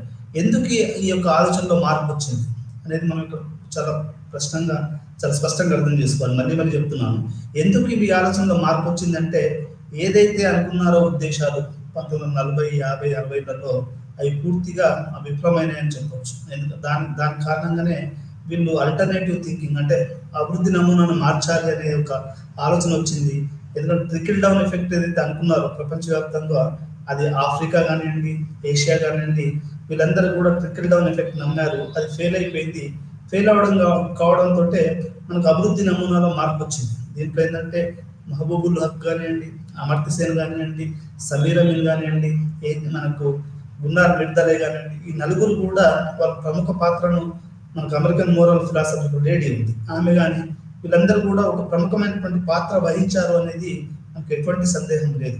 వీళ్ళ వల్ల మొత్తం మార్పు వచ్చేసింది. ఎట్లా అంటే ట్రికిల్ డౌన్ ఎఫెక్ట్ కాదు, ప్రజల యొక్క భాగస్వామ్యంతో మనము పనులు చేయాలి, లేకపోతే స్త్రీల సాధికారత చేయాలి, ఇంక్లూజివ్ గ్రోత్ చేయాలి. ఇంక్లూజివ్ గ్రోత్ అంటే అందరికీ, ఇప్పుడు బిహెచ్ఎల్, నాగార్జున సాగర్ జంతు దాని కింద కమ్మ రైతులో, వెలమ రైతులో, బీసీలో కొంచెం వాళ్ళు కొంతమంది దళితులు ఎవరో ఉంటారు, కానీ అది మొత్తం సాధికారత కాదు కదా. గిరిజనులు ఎక్కడ పోయారు, ముస్లింలు ఎక్కడ పోయారు, వీళ్ళందరూ ఇంక్లూజ్ చేసే ఒక పరిస్థితిని మనం కల్పించామా? ఇంక్లూజివ్ గ్రోత్ అనేది ఈ యొక్క ఆలోచనకు పునాదులకు పడ్డది. అంటే ఒకదాన్ని అభివృద్ధి చేసేసి కొంతమందికే పదాలు ఇవ్వడం కంటే మనం ఇంక్లూజివ్ గ్రోత్, అందరినీ కలుపుకెళ్ళి అందరికీ మనకున్నటువంటి సహజ సంపదని, మనకున్న ఆస్తుల్ని, మనకున్న వాటిని, అందరికీ పనులను కానీ మన యొక్క సంపదను కానీ మనం కనుక అన్ని సెక్షన్స్కి వాళ్ళకు అభివృద్ధికి తగ్గట్టుగా మనం నిధులు కేటాయించారు అనేది మనకు ఇంక్లూజివ్ గ్రోత్ అనేది మనకు చెప్తా ఉంది. అంటే ఈ యొక్క అభివృద్ధి ఆలోచనలో మార్పు వచ్చిందని చెప్పడము నా యొక్క ప్రధాన ఉద్దేశం. ఈ యొక్క ట్రికిల్ డౌన్ ఎఫెక్ట్ ఏదైతే ఉందో, నెహ్రూ గారు, అప్పుడు మహాలనోబిస్, వీళ్ళంతా పెద్ద ఎకానమిస్టులు ఎవరైతే ఉన్నారో వాళ్ళ యొక్క ఆలోచన అనేది మారిపోయి మనకు స్టాలిన్, రష్యన్, ఇవన్నీ కూడా అది టాప్ డౌన్ అప్రోచ్ అండి. అంటే డెవలప్మెంట్లో కూడా రెండు అప్రోచెస్ ఉన్నాయి. ఒకటేమో టాప్ డౌన్ అప్రోచ్, అంటే పైనుంచి కిందికి. అంటే అది ఇప్పుడు మనకు నెహ్రూ వాళ్ళు ఏదో పచ్చవస్త్రం చేస్తారు, దానికి అనుగుణంగా భారతదేశం అనేది మూవ్ అవ్వడం, అదొక పద్ధతి. మనకు తర్వాత బాటమ్ టు టాప్, అంటే మనకు క్షేత్రస్థాయిలో మనకు కొంత పనులు జరుగుతాయి, దాన్ని మన పాలకులు వాళ్ళు దాన్ని అర్థం చేసుకొని దాన్ని ఒక పాలసీగా మార్చడం. ఇంకా అది ఎట్లా చెప్పాలి అంటే ఉదాహరణ ఎట్లా చెప్పడం, ఉదాహరణ తర్వాత చెప్తాను. అంటే ఇట్లా మనకు రెండు రకాల అడ్మినిస్ట్రేషన్ ఉంది. మనకు అభివృద్ధిలో కూడా రెండు రకాల అడ్మినిస్ట్రేషన్ ఉంటుంది. ఒకటేమో టాప్ డౌన్ అప్రోచ్, ఇంకోటేమో మనకు bottom to top approach. Bottom to top approach అనేది ప్రజల భాగస్వామ్యం తోటి మొదలవుతుంది. అంటే ప్రజలే ఇక్కడ వాళ్ళకి కావాల్సినటువంటి అభివృద్ధి నమూనాను వాళ్ళు ఎన్నుకుంటారు. కాబట్టి బాటమ్ టు టాప్ అనే అభివృద్ధి పథకం అనేది ఎప్పుడైనా సక్సెస్ అయ్యే అవకాశం ఉంది. ఎందుకంటే 90% వరకు ఇప్పుడు మనకు చిన్న పరిశ్రమలు అనుకోండి, చిన్న చితక పరిశ్రమలు 90% వరకు మనకు చిన్న చితక పరిశ్రమల్లోనే, చిన్న మీడియం సైజు అంటే మధ్య మరియు చిన్న సైజు పరిశ్రమల్లోనే మనకు ఎక్కువ మంది ప్రజలు మనకు ఉపాధిని కలిగి ఉన్నారనేది మనకు గణాంకాలు చెప్తున్నాయి. అంటే ఈ యొక్క చిన్న చితక పరిశ్రమలు, ఆ తర్వాత మనకు గ్రాస్ రూట్ లెవెల్ అంటే క్షేత్ర స్థాయిలో, అట్టడుగు స్థాయిలో, అంటే ఎక్కడైతే గిరిజనులు ఉన్నారో, ఎక్కడైతే దళితులు, మైనారిటీలు, మహిళలు, మరి ముఖ్యంగా మీరు ఏ సమాజం తీసుకున్న మహిళలు అనేది అత్యంత దయానీయమైనటువంటి పరిస్థితులలో ఉన్నారు. మీరు జాబ్ తీసుకోండి, డొమెస్టిక్ వాళ్ళని తీసుకొని, చదువు తీసుకోండి, విద్య, వైద్యం, ఈ మధ్యలో కొంచెం ప్రగతి వస్తుంది, అది వేరే విషయం కాదనట్లేదు. కానీ అట్టడుగు స్థాయిలో ఇప్పటికీ ఇన్ఫార్మల్ సెక్టర్లో దళిత ఉమెను, మైనారిటీ ఉమెను, గిరిజన ఉమెను, బహుజన ఉమెను ఉన్నారు అనేది ఎటువంటి సందేహం లేదు. వాళ్ళు ఏ రకంగా అభివృద్ధి చెందాలనేది కూడా మనం చూడవలసిన అవసరం ఉంది. అయితే ఈ యొక్క అట్టడుగు ప్లానింగ్ అనేది చాలా చాలా ముఖ్యం. అంటే గ్రాస్ రూట్ ఇనిషియేటివ్స్ అనేటివి అవి చాలా ముఖ్యం. మన్రేగా కానివ్వండి, కొన్ని ఎన్జిఓస్ చెప్తాను. నా ఎంఫిల్ కూడా నేను ఎన్జిఓస్ నుండి చేశాను. అంటే వాలంటరీ స్వచ్ఛంద సంస్థలు. ఈ స్వచ్ఛంద సంస్థలు ఏంటంటే ప్రజలతో కలిసి పనిచేస్తాయి. వాళ్ళకు ఈ పొలిటీషియన్స్ తోటి సంబంధం లేదు. దాన్ని రిజిస్ట్రేషన్ చేసేసి పని మొదలు పెట్టడం. ఈ రాజకీయ నాయకులు ఏంటంటే ఓట్ బ్యాంక్ రాజకీయాలతో సంబంధం లేదు. కొన్ని మత సంస్థలు చేయొచ్చు. ఆర్య సమాజ్ కూడా ఒక రకంగా అది ఒక ఎన్జిఓ అని చెప్పొచ్చు. లేకుంటే క్రిస్టియన్ ఎన్జిఓస్ ఉంటాయి, ముస్లిం మైనారిటీ ఎన్జిఓస్ ఉంటాయి, ల్యాండ్ బేస్డ్ ఎన్జిఓస్ ఉంటాయి, లేకుంటే గిరిజనుల బేస్డ్ ఎన్జిఓస్ ఉంటాయి, హ్యూమన్ రైట్స్ బేస్డ్ ఎన్జిఓస్ ఉంటాయి. ఇట్లా మనకు క్షేత్రస్థాయిలో ఏంటంటే రకరకాలైనటువంటి పనులు జరుగుతూ ఉంటాయి. వీటికి మనకు టాప్ డౌన్ అప్రోచ్ తోటి ఎటువంటి సంబంధం లేదు. వాళ్ళు ఏంటంటే వాళ్ళు రాజకీయ నాయకులతో ఫ్రెండ్షిప్ ఉంటారేమో, కానీ ఇప్పుడు మనకు ఉదాహరణకి శానిటేషన్ ఉందండి. శానిటేషన్ అనేది మనకు ఊర్లలో స్వచ్ఛంద సంస్థలు వాళ్ళు చేస్తారు. వర్షాలు పడ్డప్పుడు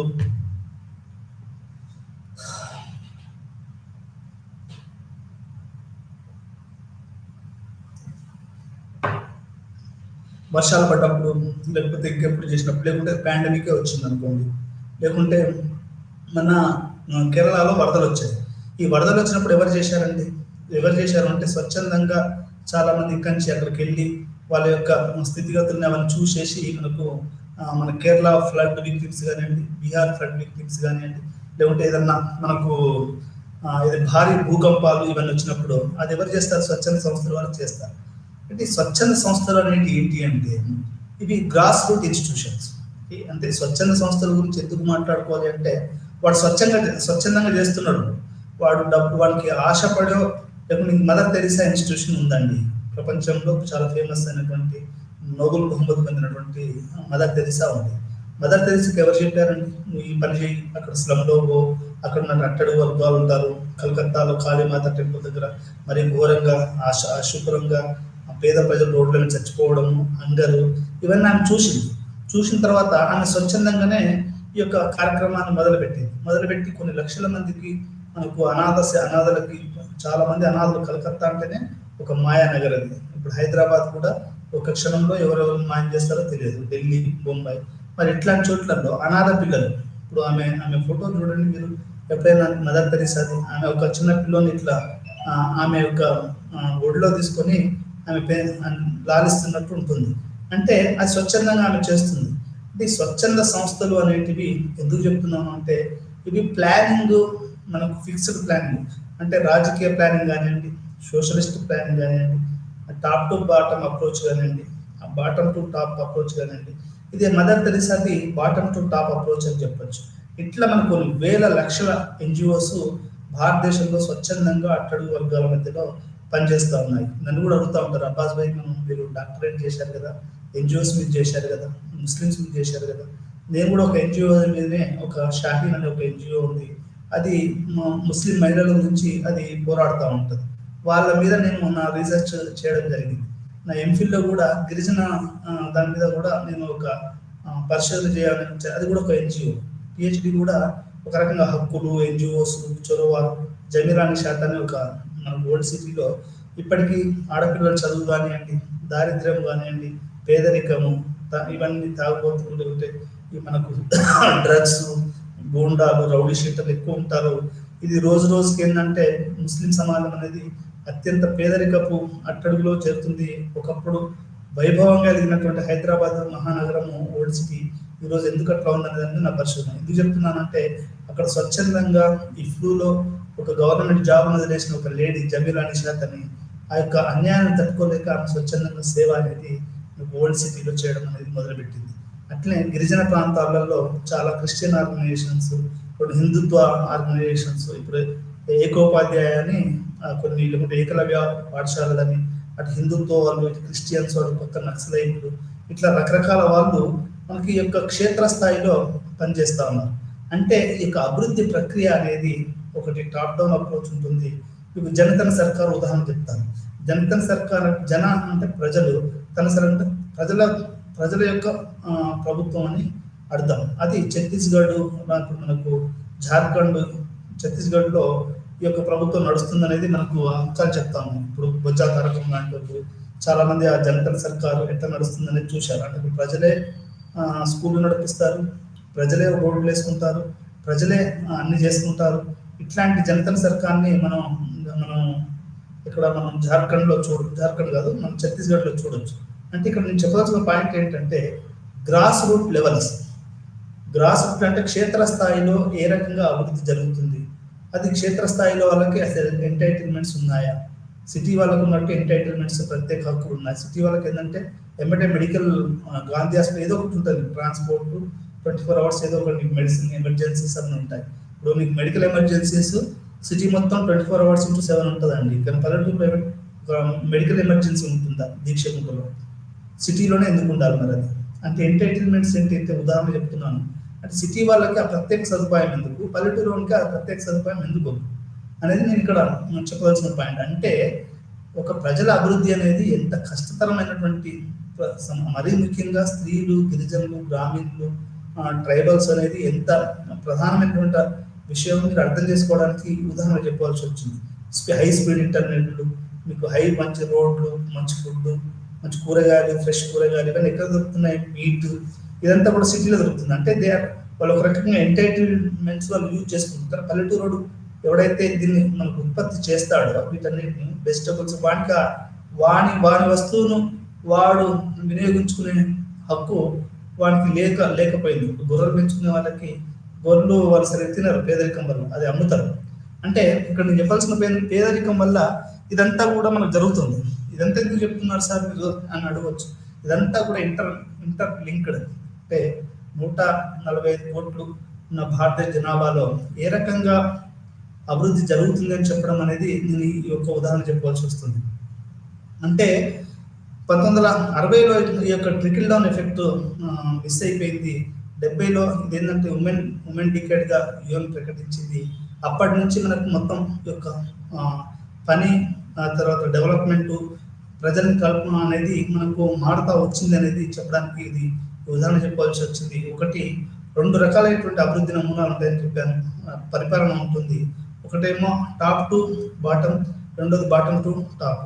దీంట్లో భాగంగా మనం చెప్పుకోవాలంటే ఉదాహరణకి పంచాయతీ రాజ్, లేకుంటే ఈ యొక్క క్షేత్రస్థాయి ప్రజాస్వామ్యాన్ని బలపరచాలనే ఉద్దేశంతో మనకు రిజర్వేషన్స్ ఇచ్చారు. గ్రామీణ స్థాయిలో మనకు రిజర్వేషన్స్ ఇవ్వడం అనేది జరిగింది. అంటే 33% రిజర్వేషన్ ఫర్ ఉమెన్. అంటే గ్రామ స్థాయిలో ఎక్కువగా స్త్రీలు ఉంటారు, వాళ్ళు వ్యవసాయంలో వాళ్ళు ఎక్కువ మంది ఉన్నారు, ఇన్ఫార్మల్ దాంట్లో వాళ్ళే ఉన్నారు. కాబట్టి వాళ్ళకి ఎక్కువగా మనకి ఈ యొక్క ఎంటైటిల్మెంట్స్ ఈ మధ్య కాలంలో ఇస్తున్నారు. ల్యాండ్ ఎంటైటిల్మెంట్స్ అని, లేకుంటే గ్యాస్ కనెక్షన్స్, లేకుంటే అభివృద్ధి పథకాలు వచ్చిన స్త్రీల మీదనే ఇవ్వడము, ఇళ్ళ పట్టాలు కూడా స్త్రీల మీదనే ఇవ్వడం. మీరు ఆ మధ్యలో చూసే ఉంటారో లేదో, జగన్ ప్రభుత్వంలో ఒక అమ్మాయికి ఇంటి పట్టా వచ్చింది. ఆ అమ్మాయి సంతోషం వ్యక్తపరుస్తూ నాకు జగన్ అన్న వల్ల ఇంటి పట్టా వచ్చింది అని చెప్పేసి యూట్యూబ్లో ఒక వీడియో చేసింది. దాని మీద ఆమె ట్రోలింగ్ చేశారు. ట్రోల్ చేస్తే ఆమె ఆత్మహత్య చేసుకుంది. అంటే నేను ఎందుకు చెప్తున్నాను అంటే, ఆమెకు ఒక ఎంటైటిల్మెంట్ ఇవ్వడం, ఒక గౌరవం ఇవ్వడం, ఒక ప్రత్యేకత ఇవ్వడం అనేది ఎంత కష్టమో మీరు అర్థం చేసుకోండి.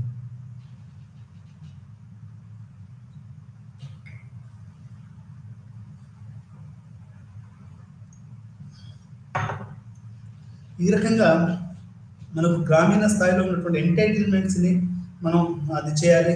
గ్రామీణంలో ఉన్న వాళ్ళకి భూమి హక్కుల్ని, భుక్తి హక్కుల్ని, పని హక్కుల్ని, చదువు హక్కుల్ని కనుక మనం ఇవ్వగలిగితే అది గ్రామీణ నేపథ్యమే కాదు, పట్టణాలలో కూడా అది మనకు అభివృద్ధికి దారితీస్తుంది అనేది అనడంలో ఎటువంటి సందేహం లేదు. ఈ యొక్క ట్రికిల్ డౌన్ ఎప్పుడైతే ఫెయిల్ అయిపోయిందో అల్టర్నేటివ్ ఫార్మ్స్ ఆఫ్ డెవలప్మెంట్ అంటే ప్రత్యామ్నాయ అభివృద్ధి నమూనాలు, పీపుల్స్ ఓరియంటెడ్ అభివృద్ధి నమూనాలు కనుక మొదలయ్యాయి. మనం హ్యూమన్ డెవలప్మెంట్ ఇండెక్స్ కనుక చూస్తే, అంటే ఇప్పుడు అమర్త్య సేన్ గారు ఏం చెప్తారు అంటే, అభివృద్ధి అంటే ఆర్థిక అభివృద్ధి కాదు, అభివృద్ధి అంటే మానవ అభివృద్ధి, అభివృద్ధి అంటే కేపబిలిటీస్, అభివృద్ధి అంటే ఎంటర్టైన్మెంట్స్ అనేది ఆయన నిర్వచించారు. విద్య, వైద్యము, ఆరోగ్యము, పర్యావరణము, మనకు క్లీన్లీనెస్, గ్రీన్నెస్ ఇవన్నీ కూడా అభివృద్ధిలో భాగమే తప్ప అది ఒక దేశం అభివృద్ధి చెందాలంటే ఇవన్నీ కూడా అభివృద్ధి చెందాలి. కానీ మనకు కొద్ది మంది మాత్రమే అభివృద్ధి చెందితే అది అభివృద్ధి చెందినట్టు కాదు అనేది అమర్త్య సేన్ గారు ఎంటైటిల్మెంట్స్ అండ్ కేపబిలిటీస్ అనే ఒక అప్రోచ్ లాగా చెప్పడం జరిగింది. అంటే మనకు అభివృద్ధి నమూనాలు ఈ రకంగా ఉంటాయి. దీన్ని క్షేత్రస్థాయిలో ఎట్లా చేస్తారు అంటే అది గ్రామ పంచాయతీ వాళ్ళు చేస్తున్నటువంటి పరిపాలన, దాంట్లో గ్రాస్ రూట్ దాంట్లో ఏంటంటే ప్రజలు స్వేచ్ఛగా పాల్గొనే ఒక అవకాశం ఉండాలి అనేది మనం ఇక్కడ ప్రధానంగా అర్థం చేసుకోవాలి. అంటే people's involvement at grass root level అనేది చాలా చాలా ప్రధానం అనేది ఇక్కడ మనం ఈ యొక్క అభివృద్ధి నమూనాలో అర్థం చేసుకోవాల్సినటువంటి విషయం. దీంతో పాటుగా మనము టాప్ డౌన్ అప్రోచ్, తర్వాత బాటమ్ టు టాప్ అప్రోచ్ మనం తెలుసుకున్నాము. దాంట్లో 73 అమెండ్మెంట్ గురించి మనం తెలుసుకున్నాము. అట్లే మనకు ఈ యొక్క క్షేత్రస్థాయిలో ఎటువంటి పరిస్థితులలో ఇది అభివృద్ధి చెందుతుందో కూడా మనము దీని గురించి కొంచెం చర్చ చేయడం అనేది జరిగింది. ఇప్పుడు మనం ప్రధానంగా భారతదేశంలో ఎటువంటి అట్టడుగు వర్గాల యొక్క స్వచ్ఛంద సంస్థలు ఉన్నాయి, ఎటువంటి ప్రజలు చొరవ తీసుకున్నారు అంటే ప్రభుత్వాలే కాదు, ఊరికే ఈ మధ్య కాలంలో కూడా మీరు వినే ఉంటారు, ఊరికే ప్రభుత్వ ఉద్యోగం ఎందుకు మనం ఆశించాలి, మన ప్రభుత్వం నుంచి ఎందుకు ప్రభుత్వ అధ్యయనం, చాలా మంది చెప్తా ఉంటారు ఇంతమంది జనాభా ఉంది, మనం ప్రభుత్వం మన టీపీఎస్సీ చైర్మన్ మాట్లాడుతూ గట్ట చక్రపాణి మాట్లాడుతూ మనం అందరికీ తెలంగాణ వచ్చినా కానీ మనం అందరికీ ఉద్యోగాలు కల్పించడం కష్టం, ఆల్రెడీ కొన్ని లక్షల మంది బర్డెన్ ఆఫ్ జాబ్స్ ఉన్నారు, మనం మహా అంటే 1 లక్ష 2 లక్షల కంటే టీఆర్ఎస్ ప్రభుత్వం పోయిన తర్వాత కాంగ్రెస్ ప్రభుత్వం వచ్చిన 1 లక్ష 2 లక్షల కంటే ఎక్కువ ఉద్యోగాలు కల్పించలేదు అనేది ఆయన చెప్పిన దానికి నేను అడిగిన ఒక ప్రశ్న. మరి కేరళ రాష్ట్రం అనేది ఏ రకంగా ప్రతి ఇంటికి ఆల్మోస్ట్ చిన్నదో పెద్దదో కేరళలో ఒక మనకు ఉద్యోగాలు ఉన్నాయి. ఆయన దానికి సమాధానం ఏం చెప్తున్నాడు అంటే, కేరళలో మనకు పీచు పరిశ్రమ ఉంటుంది, ఆ పీచు పరిశ్రమ అంటే కొబ్బరి పీచు ఉంటుంది కదా, ఆ కొబ్బరి పీచు పరిశ్రమ కూడా సోషలిస్ట్ పార్టీ చేతిలో ఉంది ఆడ, అందుకనే మనకు ఉద్యోగాలు కల్పన ఎక్కువ. మరి తెలంగాణ తీసుకొచ్చాం మనం కూడా అట్లాంటి కేరళ మోడల్ అమర్త్య సేన్ గారు చెప్పారు, అది కేరళ అనేది మన సౌత్ ఇండియాలో ఉంది, అది ఎక్కడ నార్త్ కాశ్మీర్ వైపు అయితే లేదు. మరి ఆ మోడల్ మనం మనం ఫాలో అయితే ఏంటంటే ఆయన సరైన సమాధానం చెప్పలేకపోయాడు. ఎందుకు చెప్తున్నాను ఉదాహరణ అంటే, అత్యధిక స్థాయిలో ఉన్నటువంటి గ్రాస్ రూట్ లెవెల్లో మనం కనుక ఉపాధి కల్పించాలి, మరీ ముఖ్యంగా స్త్రీలు, గిరిజన స్త్రీలు, ఆ తర్వాత దళిత స్త్రీలు, మైనారిటీ స్త్రీలు, బహుజన స్త్రీలకు కనుక మనం ఉద్యోగాలు చదువు కల్పించాలంటే మనం క్షేత్రస్థాయిలో మనం కనుక ఈ స్వచ్ఛంద సంస్థల్ని స్ట్రెంథన్ చేయడము, వాటితో కలిసి పనిచేయడం అనేది చాలా చాలా ముఖ్యం అనేది చెప్పడానికి ఈ ఉదాహరణ చెప్పాను మీకు. ఇప్పుడు ఇంతకుముందు ఉదాహరణ చెప్పాను. అంటే ఇట్లా మనకు పంచాయతీరాజ్ వ్యవస్థని 3 టైర్ సిస్టమ్ని అది మనం స్ట్రెంథన్ చేయడము, ఆ తర్వాత అర్బన్ లోకల్ సెల్ఫ్ గవర్నెన్స్ ఇప్పుడు వార్డు ఉంటుంది. ఇప్పుడు అరవింద్ కేజ్రీవాల్ ఎందుకు అంత క్రేజీ అయ్యాడండి? ఇప్పుడు రాహుల్ గాంధీ, బీజేపీ, మోడీ ప్రధానమంత్రి ఉన్న తర్వాత కూడా ఒక ఎమ్మెల్యే సీట్ కూడా సరిగ్గా గెలవలేకపోయారు వాళ్ళు. ఎందుకు గెలవలేకపోయారు మీరు ఆలోచించారా? ఎందుకు మోడీ ప్రధానమంత్రి అయినా కానీ మనకు ఢిల్లీలో గెలవలేకపోతున్నాడు అంటే అక్కడ ప్లానింగ్ అనేది మైక్రో లెవెల్లో జరిగింది అనేది నాకు తెలుస్తున్నటువంటి విషయం. అంటే ఇప్పుడు ఆమ్ ఆద్మీ పార్టీ వాళ్ళు ఢిల్లీలో ఏం చేశారు అంటే మైక్రో ప్లానింగ్ చేశారు. అంటే ఒక వీధి ఉంటే ఆ వీధికి ఎన్ని పాఠశాలలు అవసరమో, ఎన్ని గవర్నమెంట్ స్కూల్స్ని ఎట్లా స్ట్రెంథన్ చేయాలి, మనకు మోడల్ స్కూల్స్ అని ఉన్నాయి అక్కడ. మోడల్ స్కూల్స్ అంటే అవి మన ప్రభుత్వ పాఠశాలలు ఎట్లా ఉంటాయి, అన్ని దుమ్ము బట్టి అంత అభివృద్ధి లేక ఇట్లా రకరకాలుగా ఉంటాయి కదా. అక్కడ ఏం చేశారు అంటే మోడల్ స్కూల్స్ని వాళ్ళు డెవలప్ చేశారు. అదేవిధంగా మొహల్లా క్లినిక్ అంటే వీధికి ఇప్పుడు జ్వరం వస్తే వాడు ఎక్కడికి పోవాలి అంటే మొహల్లా క్లినిక్ పోయి, అంటే అమర్త్య సేన్ చెప్పినటువంటి ప్రజా వైద్యాన్ని అరవింద్ కేజ్రీవాల్ సక్సెస్ చేయగలిగాడు. కాబట్టే బీజేపీ కానివ్వండి, కాంగ్రెస్ కానివ్వండి, కమ్యూనిస్ట్ పార్టీ మరి ఎందుకు చేయలేకపోయింది ఢిల్లీలో? కమ్యూనిస్ట్ పార్టీ సిద్ధాంతం ఏంటండి? కేరళలో లాగా కమ్యూనిస్ట్ పార్టీ ఢిల్లీలో పనిచేయవలసింది, అంటే మొహల్లాలో క్లినిక్ పెట్టవలసింది కమ్యూనిస్ట్ పార్టీలు, ప్రజా స్కూల్స్ పెట్టనుంది కమ్యూనిస్ట్ పార్టీలు, బీజేపీ పార్టీ, ఆ తర్వాత కాంగ్రెస్ పార్టీలు విఫలం కావడం వల్లనే ఈరోజు ఎవరు ఊహించదు. ఒక ఆటో డ్రైవరు తను ఫ్రీగా ఆటో నడిపాడు ఒక ఓటర్కు అంటే, ఒక మంచినీళ్ళు ఇచ్చేవాడు ఫ్రీగా మంచినీళ్ళు ఇచ్చాడు అంటే ఎందుకు ఇచ్చాడు అంటే వాళ్ళ పిల్లల భవిష్యత్తును దృష్టిలో పెట్టుకొని అందరూ కూడా వాళ్ళ ఆరోగ్యాన్ని దృష్టిలో పెట్టుకొని అందరూ కూడా అరవింద్ కేజ్రీవాల్కు ఓటేశారు. ఇది Delhi model of school development. మనకు గుజరాత్ మోడల్ ఆఫ్ డెవలప్మెంట్ ఉంది, అంటే ఫైనాన్సెస్. మన మోడీ గారు ముద్రా లోన్స్, నేను విన్నది ఏంటి అంటే ఆయన చాలా వరకు ఈ ఫైనాన్షియల్ లోనే చాలా హెల్ప్ చేశాడు. అంటే అవసరమైన వాళ్ళకి లోన్స్ ఇవ్వడం అనేది ఆయన చేసినటువంటి ప్రత్యేకత అనుకుంటున్నాను. ఎందుకంటే మన గుజరాత్ మోడల్లో ఏం నేర్చుకున్నామంటే, ఏం నేర్చుకోబోతుంది దేశం అంటే, నేర్చుకున్నది అంటే ఆయన ఈ లోన్స్ విషయంలోనే ఆయన చేశాడు తప్ప పెద్దగా దేశానికి విద్యా వైద్యం వాళ్ళకి తెలియదు, వాళ్ళు ఎక్కువగా దీని మీద ఫోకస్ తెలియదు. ఎందుకంటే గుజరాత్ అనేది ఒక అభివృద్ధి చెందిన రాష్ట్రమే. ఎందుకంటే ఎప్పట్లోనే గాంధీ గారు, ఈ బనియాసు వీళ్ళందరూ కూడా విదేశాలకు పోయి గుజరాత్ని, అది ఎప్పటి నుంచో డెవలప్ అయిన దేశం. గుజరాత్ మోడల్ ఒక పక్క, తెలంగాణ మోడల్ ఇంకో పక్క ఉంది. అంటే ఇప్పుడు కేసీఆర్ రైతు బంధు, ఆ తర్వాత జలయజ్ఞం, ఇట్లాంటివన్నీ కూడా మన తెలంగాణ మోడల్, కేరళ మోడల్ ఉంది. ఇక్కడ రకరకాల మోడల్స్ ఉన్నాయి. అంటే ఇవన్నీ కూడా మధ్యప్రదేశ్లో అంత్యోదయ పథకం అని కొన్ని పథకాలు ఉన్నాయి. అంటే ఇట్లా మనకి రకరకాల మోడల్స్ అనేటివి జనతన సర్కార్ ఉంది. నేను అమర్త్య సేన్ అడిగాను ఇట్లాంటి ప్రశ్నలు చాలా, అమర్త్య సేన్ అడిగాను ఇది ఏ అభివృద్ధి నమూనా మనకు సరిపోయిందని. అంటే ఆయన అన్నాడు, మావోయిజం అనేది యువకుడిగా ఉన్నప్పుడు నేను కూడా కలకత్తా స్ట్రీట్లో మావోయిజం కమ్యూనిజం అని చెప్పాను, కానీ అది పడిపోయింది.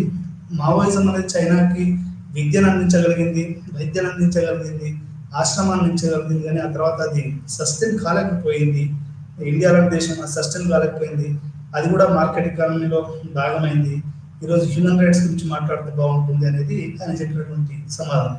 ఎందుకు అంటే ప్రజలను మనం ఎట్లా ఇన్వాల్వ్ చేయాలి, ప్రజల చేత ఎట్లా మనం అభివృద్ధి చేయాలి అనేది మనం అమర్త్య సేన్ నుంచి మనం నేర్చుకోవాలి. అంటే ఈ రకంగా నేను చెప్పదలసిన విషయం ఏంటంటే, మనకు ఈ అభివృద్ధి నమూనా అనేది రకరకాల అభివృద్ధి నమూనాలు ఉన్నాయి, రకరకాల రాజకీయ పార్టీలు ఉన్నాయి, రకరకాలైనటువంటి ప్రయత్నాలు చేస్తూ ఉంటారు. వీళ్ళందరూ కూడా ఏ రాజకీయ పార్టీ అయినా ఏదైనా కానీ ప్రజలను దృష్టిలో పెట్టుకుని చేస్తారు. ఎందుకు ఇంత జరిగిన తర్వాత కూడా మరి భారతదేశం అభివృద్ధి చెందిందా లేదా అనేది కూడా మనం చూడాలి. సరే, అది మనం దాని మీద ఆ చర్చ వేరే చేద్దాము. ఇక్కడ మనం ప్రధానంగా 4 స్వచ్ఛంద సంస్థల గురించి మనం ప్రత్యేకంగా మాట్లాడుకోవాల్సి ఉంటుంది. ఒకటేమో సేవ అంటే సెల్ఫ్ ఎంప్లాయిడ్ ఉమెన్ అనేది ఒక సేవ అనే ఒక ఎన్జిఓ.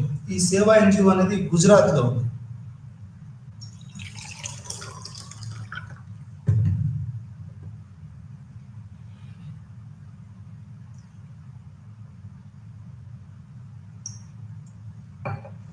సేవా ఎన్జిఓ మనకి గుజరాత్లో ఉంది. సెల్ఫ్ ఎంప్లాయ్మెంట్ అనేది వీళ్ళు చేస్తున్నటువంటి సెల్ఫ్ ఎంప్లాయిడ్ ఉమెన్ అసోసియేషన్. అంటే ఉమెన్ మనకు చాలా వరకు ఏంటంటే, మీకు తెలుసో లేదో, ఉమెన్ ఎక్కువగా సెక్షువల్ హరాస్మెంట్ కానీ ఇంకేదైనా హరాస్మెంట్ గురయ్యేది ఎక్కడ అంటే పనికి పోయినప్పుడే.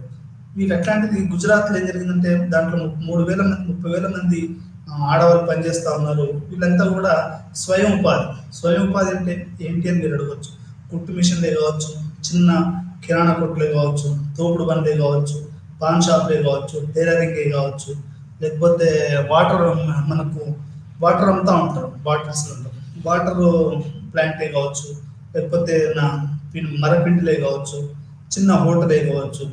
ఇట్లా మనకేంటి అంటే ఈ యొక్క self voluntary of women's self employed women's organisation అనేది సేవ అనేది గుజరాత్లో దీని గొప్పతనం ఏంటంటే అది గుజరాత్ అనేది మనకు కమ్యూనల్గా డివైడ్ అయినటువంటి రాష్ట్రం. అంటే హిందువులు, ముస్లింలు, ఇక్కడ బీజేపీ పార్టీ చాలా కానీ వేరే పార్టీలు కానీ అక్కడ మతంగా బాగా విడిపోయిన రాష్ట్రం అది. ఇప్పుడు మీకు అంతెందుకు ఇది చూస్తే మనకు అహ్మదాబాద్ ఇవన్నీ కూడా చూస్తే ఏంటంటే మతపరమైనటువంటి డివిజన్ ఎక్కువగా ఉన్నటువంటి రాష్ట్రం ఏంటంటే గుజరాత్. అట్లాంటి గుజరాత్లో ఈ స్వచ్ఛంద సంస్థలు ఏదైతే చాలా పకడ్బందీగా పనిచేస్తున్నాయని మనం చెప్పొచ్చు. ఎందుకంటే సేవాలో ముస్లిం ఉమెన్ అనే వాళ్ళు ఎక్కువగా ఉన్నారు. ముస్లిం ఉమెన్, హిందూ ఉమెన్ అట్లాంటిది ఏం లేకుండా దాంట్లో ఎన్రోల్మెంట్ అనేది ముస్లిం ఉమెన్ ఎన్రోల్మెంట్ అనేది మనకు ఈ యొక్క సేవా ఉమెన్లో అవపడుతుంది. అంటే దాని అర్థం ఏంటండి అంటే అట్టడుగు స్థాయిలో ప్రజలు కలిసే ఉన్నారు, కలిసే పనిచేస్తున్నారు. అదేంటంటే కమ్యూనల్ బ్యారియర్స్ని సేవ అనేది తొక్కిపడేసిందని చెప్పొచ్చు. అంటే ప్రజలు వాళ్ళ యొక్క ఎంప్లాయ్మెంట్ అనేది ఈ యొక్క మతత్వ రాజకీయాలను అది బాగా దెబ్బతీసింది సేవ అనేది మనం ఇది చెప్పొచ్చు. ఇది ఒక అతిపెద్ద ఉదాహరణ అన్నట్టు. అంటే స్వచ్ఛంద సంస్థలు అట్టడుగు స్థాయిలలో ఎట్లా పనిచేస్తాయి అనేది మనకు సేవ అనేది చాలా ఒక పెద్ద ఉదాహరణ. రెండో ఉదాహరణ ఏంటి అంటే మనకు మన్రేగా అనేది 140. మన్రేగా అంటే Mahatma Gandhi national rural employment guarantee scheme. అంటే అది అట్టడుగు ప్రజలకి ఇది మనకు ఉపాధిని కల్పించే ఒక ప్రోగ్రామ్. 140 కోట్ల 144 మిలియన్స్ ఆఫ్ పీపుల్, అంటే మిలియన్స్ అంటే 10 lakhs, అంటే 14 కోట్లు, అంటే ఆల్మోస్ట్ 15-20 కోట్ల మంది వరకు ప్రపంచంలోనే అతిపెద్ద, మళ్ళీసారి చెప్తున్నాను, ప్రపంచంలోనే అతిపెద్ద ఎంప్లాయ్మెంట్ స్కీమ్గా మనకు మహాత్మా గాంధీ ఎన్రోల్మెంట్ అనేది ఉంది. దీనికి మనకి ఏం చెప్తుంది అంటే ఈ ఉదాహరణ మోడీ గారు వచ్చిన దీన్ని ఎత్తేస్తారని నేను కూడా అనుకున్నాను. బీజేపీ ప్రభుత్వం మొదట్లో వచ్చినప్పుడు దీన్ని ఎత్తేస్తుంది అని అనుకున్నాను, కానీ అది ఎత్తేయలేదు. ఎందుకు ఎత్తేయలేదంటే అది గ్రామీణ స్థాయిలో దాని కనుక ఎత్తేస్తే పెద్ద విప్లవం వచ్చేది. ఎందుకంటే అది గ్రామీణ స్థాయిలో చాలా మంది స్త్రీలకి, మనకు విజువల్లీ ఛాలెంజ్డ్కి, ఫిజికలీ ఛాలెంజ్డ్కి అది ఉపాధిని కల్పించింది. సిటీలోకి ఎవరు వస్తారండి? ఇప్పుడు మీకు అందరు సిటీలోకి ఎందుకు వస్తారు? నేనంటే డాక్టరేట్ చేశాను, ఇది పాఠాలు చెప్పుకుని బతుకుతానని నమ్మకం ఉంది కాబట్టి ఉన్నాను సిటీలో. నేను ఎందుకు వస్తాను? నేను కూడా లేకుంటే ఊర్లో Mahatma Gandhi rural employment guarantee స్కీమ్లో పనిచేశాను. దీనికి ప్రత్యేకత ఏంటంటే డైలీ అంటే వీక్లీ పేమెంట్స్ ఉంటాయి. ప్రతి వీక్ కోసం మీకు డబ్బులు మీ యొక్క బ్యాంక్ అకౌంట్లో పడతాయి. రెండోది ఏంటంటే దీని రూల్స్ అండ్ రెగ్యులేషన్ చెప్తున్నాను. నువ్వు జాబ్కి అప్లై చేసిన 15 రోజులలో నీకు దానికి కార్డు వస్తుంది. అంటే నువ్వు పని చేసుకోవచ్చు. నీకు ఒక Mahatma Gandhi rural employment guarantee స్కీమ్లో నీకు కార్డు ఉంటుంది. తర్వాత దీంట్లో 30% ఉమెన్ ఎన్రోల్మెంట్ ఈస్ కంపల్సరీ. ఈ 3 సూత్రాల మీద మనకు మన్రేగా పనిచేస్తుంది. Mahatma Gandhi national rural employment guarantee scheme అనేది ఈ 3 సూత్రాల మీద ఉంటుంది. ఒకటేమో దాంట్లో పనిచేస్తే వారానికి ఒకసారి మనకు డబ్బులు వస్తాయి. రెండోది నువ్వు అప్లై చేసిన 15 రోజులలో నీకు పని హక్కు అది వస్తుంది. మూడోది ఏంటంటే 30% ప్రతి ఊర్లో దాంట్లో ఉన్న వాళ్ళకి 30% వరకు ఆడవాళ్ళు ఉండాలి. అంటే అటు women employment, village employment, daily మన వీక్లీ పేమెంట్, ఇది ఒక ప్రజలకి ఒక భరోసాను కల్పించింది అని చెప్పొచ్చు. దీనివల్ల లేబర్ షార్టేజ్ జరిగింది సిటీలో అని చాలా మంది చెప్తూ ఉంటాం. రైతులకి మనకు కంకులు కానీ వరి కానీ కోతకు వచ్చినప్పుడు లేబర్ దొరకట్లేదు అనేది కూడా మా దేశంలో కూడా నేను విన్నాను. సరే, ఏదేమైనా కానీ ఈ ఎంప్లాయ్మెంట్ గ్యారంటీ స్కీమ్ అనేది ప్రపంచంలోనే అత్యంత విజయవంతమైనటువంటి మనకు అట్టడుగు వర్గాలు ఉన్నటువంటి ఒక పథకం అని మనం చెప్పచ్చు. మీ చిన్నప్పటి నుంచి నా చిన్నప్పటి నుంచి కొన్ని వందల వేల పథకాలు మనం చూసే ఉంటాం. ఆ పథకాలలో కొన్ని మాత్రమే సక్సెస్ అవుతాయి. దాంట్లో మనం మన్రేగా ఒకటి. మా ఊళ్ళో చాలా మంది దళితులకు ఒకప్పుడు సౌండ్ బాక్స్, బార్లని, అదని ఇండ్లని ఇస్తే చాలా మంది అమ్ముకున్నారు, కొంతమంది కాపాడుకున్నారు. ఇట్లా మనకు అంటే ప్రతి స్కీము మనకు సక్సెస్ అవుతుంది ఏం లేదండి. అంటే ప్రతి స్కీము అది ఇప్పుడు కళ్యాణ లక్ష్మి, ఆ తర్వాత కొన్ని రైతు బంధు, ఇవి కొన్ని సక్సెస్ అయ్యాయి. ఆ తర్వాత మళ్ళీ వాటిని ఇప్పుడు మార్చాలని చూస్తున్నారు. అందరికీ రైతు బంధు ఎందుకు అనుకుంటున్నారు అంటే ఎందుకు చెప్తున్నానంటే క్షేత్ర స్థాయిలో ఏ స్కీమ్ హిట్ అయింది, ఏ స్కీమ్ ఫట్ అయింది, ఏది ఎంతకాలం నిలబడుతుంది, ఏ స్కీమ్ ఎంత ఏ పార్టీకి ఎంత మనకు ఓట్లు తీసుకొస్తుంది, అదంతా మనం చెప్పలేమన్నట్టు. ఉదాహరణకి ఢిల్లీలో హౌసింగ్ స్కీమ్ బాగా చేశారు కదా బీజేపీ వాళ్ళు, కానీ మనకు తర్వాత ఎలక్షన్స్లో బీజేపీ ఓట్లు పడలేదు. బెంగాల్లో కమ్యూనిస్టులు మనకు ఈ యొక్క ల్యాండ్ రిఫార్మ్ బాగా చేశారు. కానీ వాళ్ళు మళ్ళీ బెంగాల్లో కమ్యూనిస్టులకు ఓట్లు వేయలేదు. 2 కోటిన్నర ఓట్లు కమ్యూనిస్ట్ ఓట్లు బీజేపీకి పడ్డాయి. ఎందుకంటే ల్యాండ్ రిఫార్మ్స్ వల్ల, కమ్యూనిస్ట్ పథకాల వల్ల లాభపడ్డ వాళ్ళు ఎంబూర్జువాస్ పీపుల్ మళ్ళీ వాళ్ళ ఆ పార్టీకి ఓటేయలేదు. బీజేపీకి కూడా ఎంబూర్జువాస్ అయిన తర్వాత వాళ్ళకి ఓటేస్తారనేది ఏం లేదు, వేరే పార్టీకి ఓట్లు వేయచ్చు. అంటే ఏదైనా జరగవచ్చు అండి. అంటే ప్రజల యొక్క క్షేత్రస్థాయిలో పనులు, అభివృద్ధి, ప్రజాస్వామ్యము, ఉపాధి వీటి గురించి మాట్లాడుకుంటే అత్యధిక సంఖ్యలో ఉమెన్ ఉన్నారు. ఆ ఉమెన్ అనే వాళ్ళే ప్రధానంగా మనకి ఈ యొక్క అభివృద్ధిని చాలా చేయాలి, వాళ్ళ యొక్క భాగస్వామ్యం ఎక్కువ ఉండవలసిన అవసరం ఉందనేది నేను చెప్తున్నాను. ఇది మన్రేగా అనేది రెండోది. మూడోది ఏంటి అంటే సహయోగ్ అంటే అది ఉత్తరప్రదేశ్లో హెల్త్ అంటే ఆరోగ్యానికి సంబంధించినటువంటి ఒక స్వచ్ఛంద సంస్థ. ఈ స్వచ్ఛంద సంస్థ ఏంటంటే ఆడవాళ్ళు మెటర్నిటీ ఉంటుంది కదా, అంటే ప్రెగ్నెన్సీ టైంలో నవమాసాలు మోయడం, ఆ టైంలో వాళ్ళకి సరైన పౌష్టికాహారం కానివ్వండి, పిల్లలు జన్మనిచ్చేటప్పుడు అది వాళ్ళు తీసుకునే చర్యలు కానీ, అది గవర్నమెంట్లో ఏంటంటే అది ఫ్రీగా రావాలి. కానీ ఫ్రీగా రాకుండా ఏమవుతుంది అంటే అది డబ్బులకు జరుగుతుంది. అంటే డబ్బులకు అమ్ముకుంటున్నారు హాస్పిటల్లో.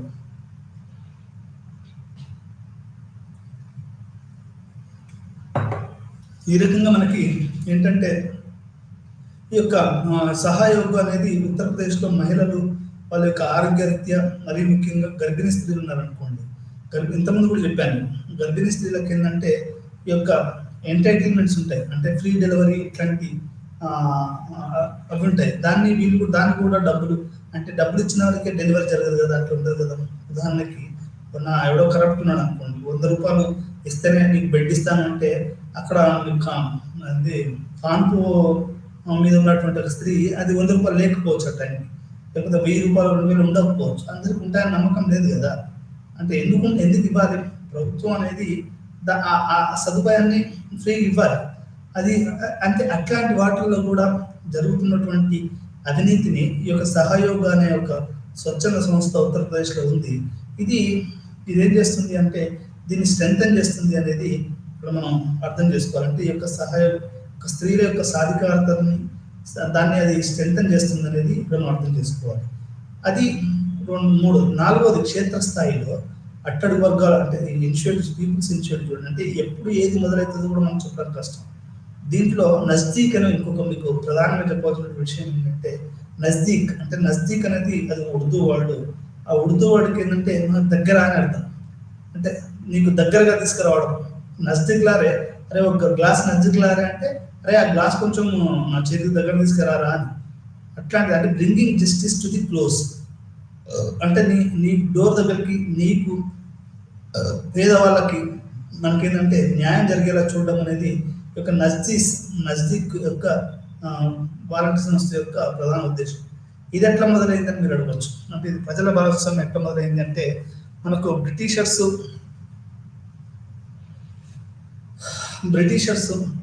ఈ దేశాన్ని పరిపాలించేటప్పుడు వాళ్ళకి టీ అలవాటు ఉంది, మనం తాగే టీ, ఇదంతా కూడా వాళ్ళు బ్రిటిషర్స్, కాఫీ కానివ్వండి, ఇదంతా కూడా బ్రిటిషర్స్ మనకు వదిలేసినదే.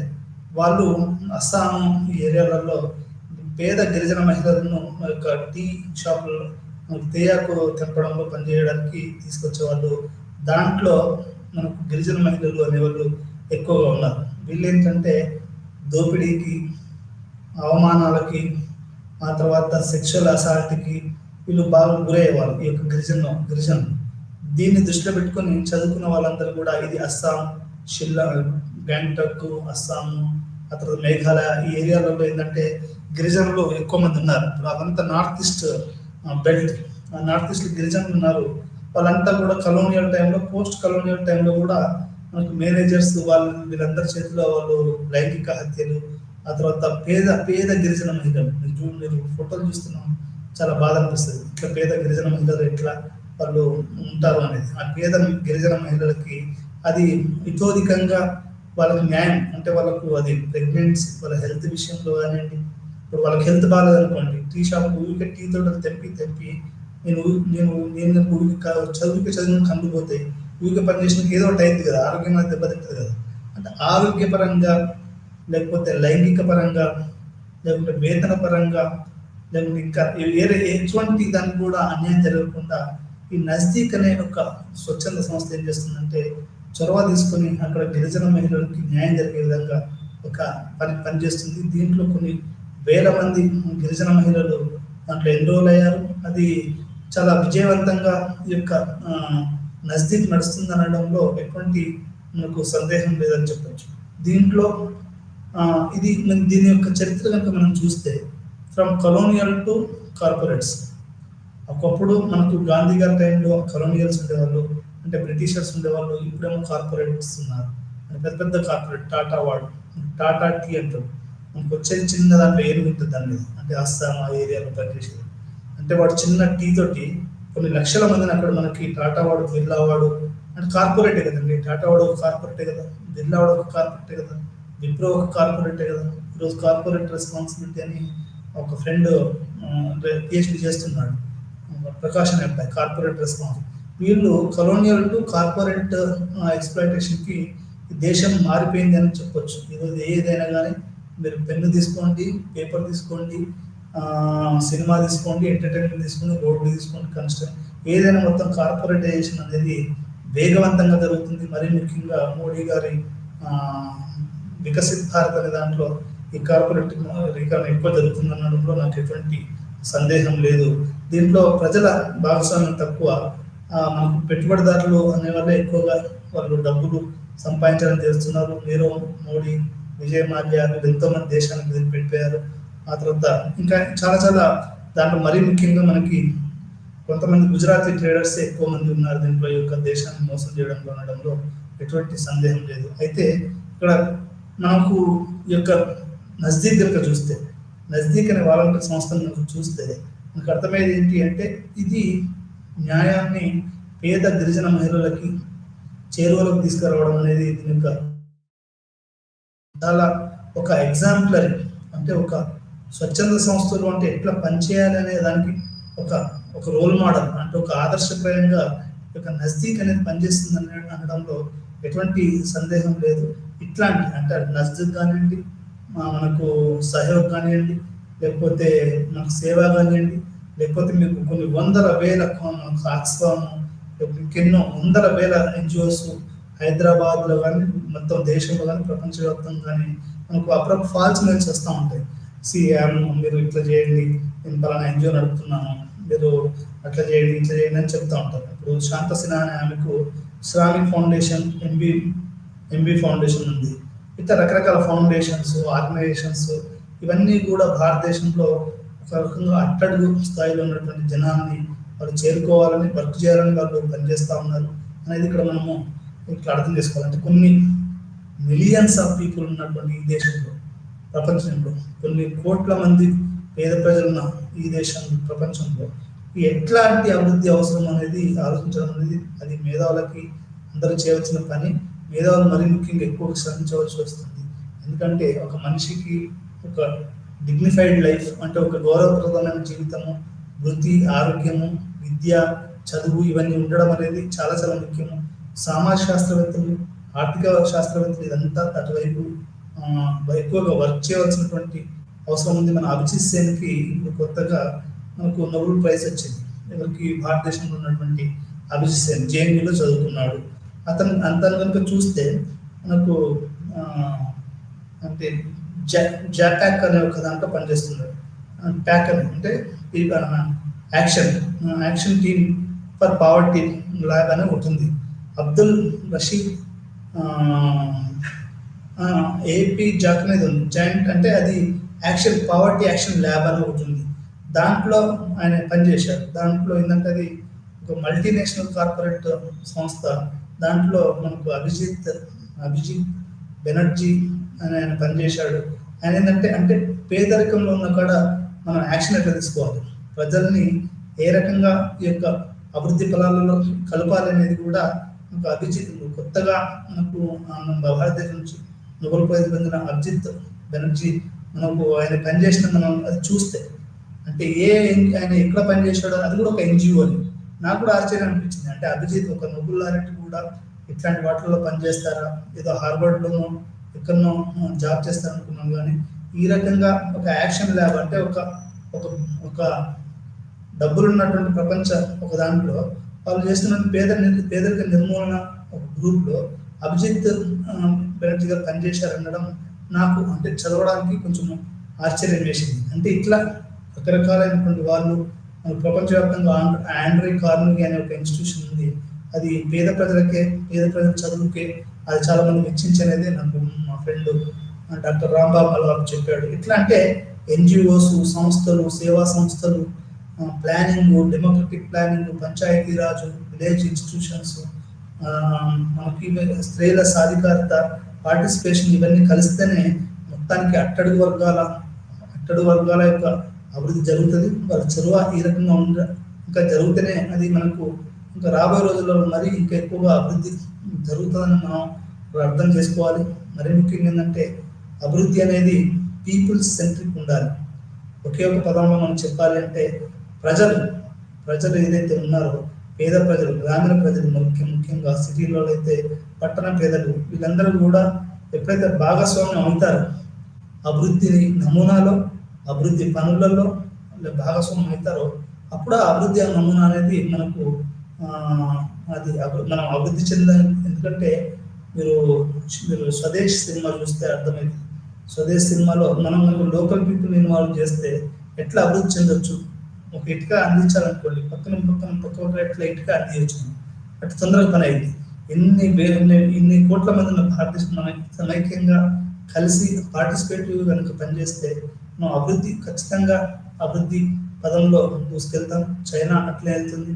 అభివృద్ధి చెందిన ఏ దేశమైనా కానీ ప్రజల భాగస్వామ్యంతో అది అభివృద్ధి చెందిందనేది మనం ఇప్పుడు అర్థం చేసుకోవాలి.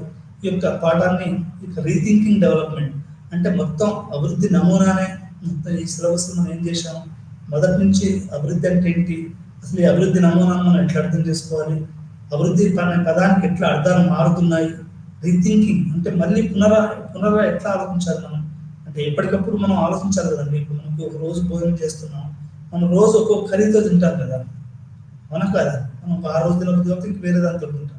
అట్లనే అభివృద్ధి కూడా ప్రతిసారి ఒకే రకంగా ఉండాలని ఏం లేదు. ఒక్కొక్కసారి ఒక అభివృద్ధి ఉంటుంది. అది ఏ రకంగా ఉంటే బాగుంటుందో మనం కర్రీ చేసుకున్నట్లయితే తింటాము. ఆ రకంగా మనం ఏ రకంగా అయితే బాగుంటుందో మనం ఆలోచించి అటువైపు మనం వెళ్ళాలి, ప్రజల్ని దాంట్లో ఇన్వాల్వ్ చేయాలి. అప్పుడు ఏమవుతుందంటే ఈ యొక్క అభివృద్ధి అట్టడుగు వర్గాల ఇనిషియేటివ్స్, ఎన్జిఓస్, ప్రజలు అభివృద్ధి చెంది మనకు వీటన్నిటికీ ఇదంతా ఏమవుతుంటే ఒక శాంతియుత సౌభాగ్యమైనటువంటి ఒక దేశంగా ప్రపంచంగా మనకు ముందుకెళ్తుంది. దాంట్లో ఎన్విరాన్మెంటే కానివ్వండి, స్త్రీలు, శిశువులు, పిల్లలు, వీళ్ళు ఎక్కడైతే ఏ దేశమైతే పిల్లలు స్త్రీలు స్వేచ్ఛగా ఉంటారు, అభివృద్ధి ఫలాలు అందుకుంటారు, ఆ దేశం గొప్ప దేశంగా చాలా మంది అభివర్ణించారు. గాంధీ గారు, అంబేద్కర్ గారు, నెహ్రూ గారు, రవీంద్రనాథ్ ఠాగూర్ గారు ఎంతో మంది ఎన్నో రచనలు చేశారు. ఇవన్నీ కూడా మనకు సఫలమైనట్టు ఎప్పుడైతే వీళ్ళందరూ అట్టడుగున్నటువంటి గ్రామీణ, గిరిజన, దళిత, మైనారిటీ, మహిళలు, పట్టణ పేద ప్రజలు అందరూ కూడా అర్హుడైన ప్రతి వాళ్ళు కూడా తమ యొక్క అభివృద్ధి ఫలాలను భాగస్వామ్యం చేరుకున్నప్పుడు ఈ దేశము, ప్రపంచం అభివృద్ధి వైపు నడుస్తుందని ఆశిస్తూ ఈ పాఠాంతరం ముగిస్తున్నాను. మీ అందరికీ నమస్కారం.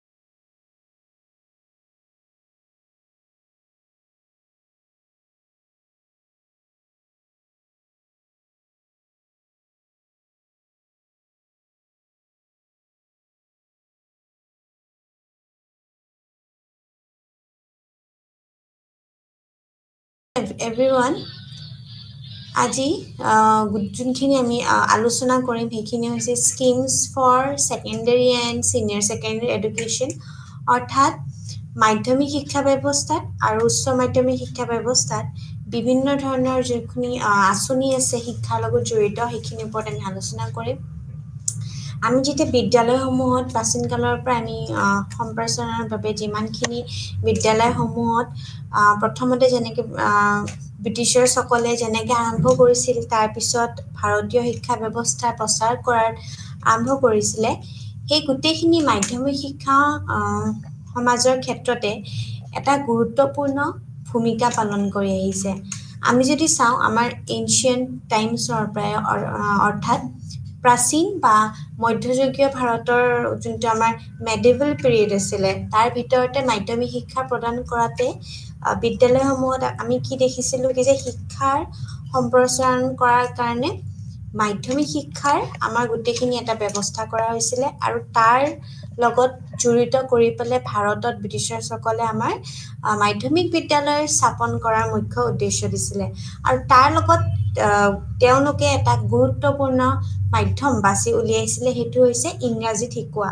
ইংৰাজী ভাষাটোৰ গুৰুত্ব দি পেলাই আমি লৰ্ড মেকলেৰ যোনটো আমাৰ স্কিম, অৰ্থাৎ লৰ্ড মেকলেৰ যোনটো আমাক প্ৰতিবেদন প্ৰপ'জেল আগবঢ়াইছিলে 1835ত, এই মাধ্যমিক শিক্ষাৰ সম্প্ৰসাৰণৰ পথতে আমাৰ গোটেইখিনি প্ৰস্তুত কৰা হৈছিলে। এতিয়া উদৰ প্ৰেৰণ, অৰ্থাৎ উদৰ প্ৰেৰণ বুলি ক'লে এইটো উদৰ প্ৰেৰণে আমাৰ গোটেই শিক্ষা ব্যৱস্থাত আমি যেতিয়া প্ৰথমতে মই পঢ়াইছিলোঁ কি যে বিভিন্ন কমিশ্যনছ পঢ়াইছিলোঁ, অৰ্থাৎ আমাৰ পোষ্ট ইণ্ডিপেণ্ডেঞ্চ আৰু প্ৰি ইণ্ডিপেণ্ডেঞ্চত আমাৰ দুই ভাগ, আমাৰ গোটেই এডুকেশ্যন চিষ্টেমটো আমাৰ দুভাগত ভাগ কৰা হৈছে। অৰ্থাৎ আমাৰ যেতিয়া প্ৰি ইণ্ডিপেণ্ডেঞ্চতে চাওঁ, আমাৰ উড ডেছপাটছ আমি লৰ্ড মেকলেৰ পিছতে পঢ়িছিলোঁ। এতিয়া উড ডেছপাটছটো আমি যেতিয়া অসমীয়াৰ ভাষাত আমি ক'ব লাগে তেতিয়া আমি কওঁ উত্তৰ প্ৰেৰণ, আৰু সেইটো হৈছে 1854ত। এই চনটো আমাৰ বহুত ইম্পৰ্টেণ্ট হয়, আমি মনত ৰখাটো উচিত হয়। এতিয়া যদি আমি উদৰ প্ৰেৰণৰ আমি যেতিয়া কথা কওঁ তেতিয়া আমি উড ডেছপাটছ কওঁ, হয়নে? উড ডেছপাটছ, তো উড ডেছপাটছ 1854, হয়নে? তো উড ডেছপাটছ 1854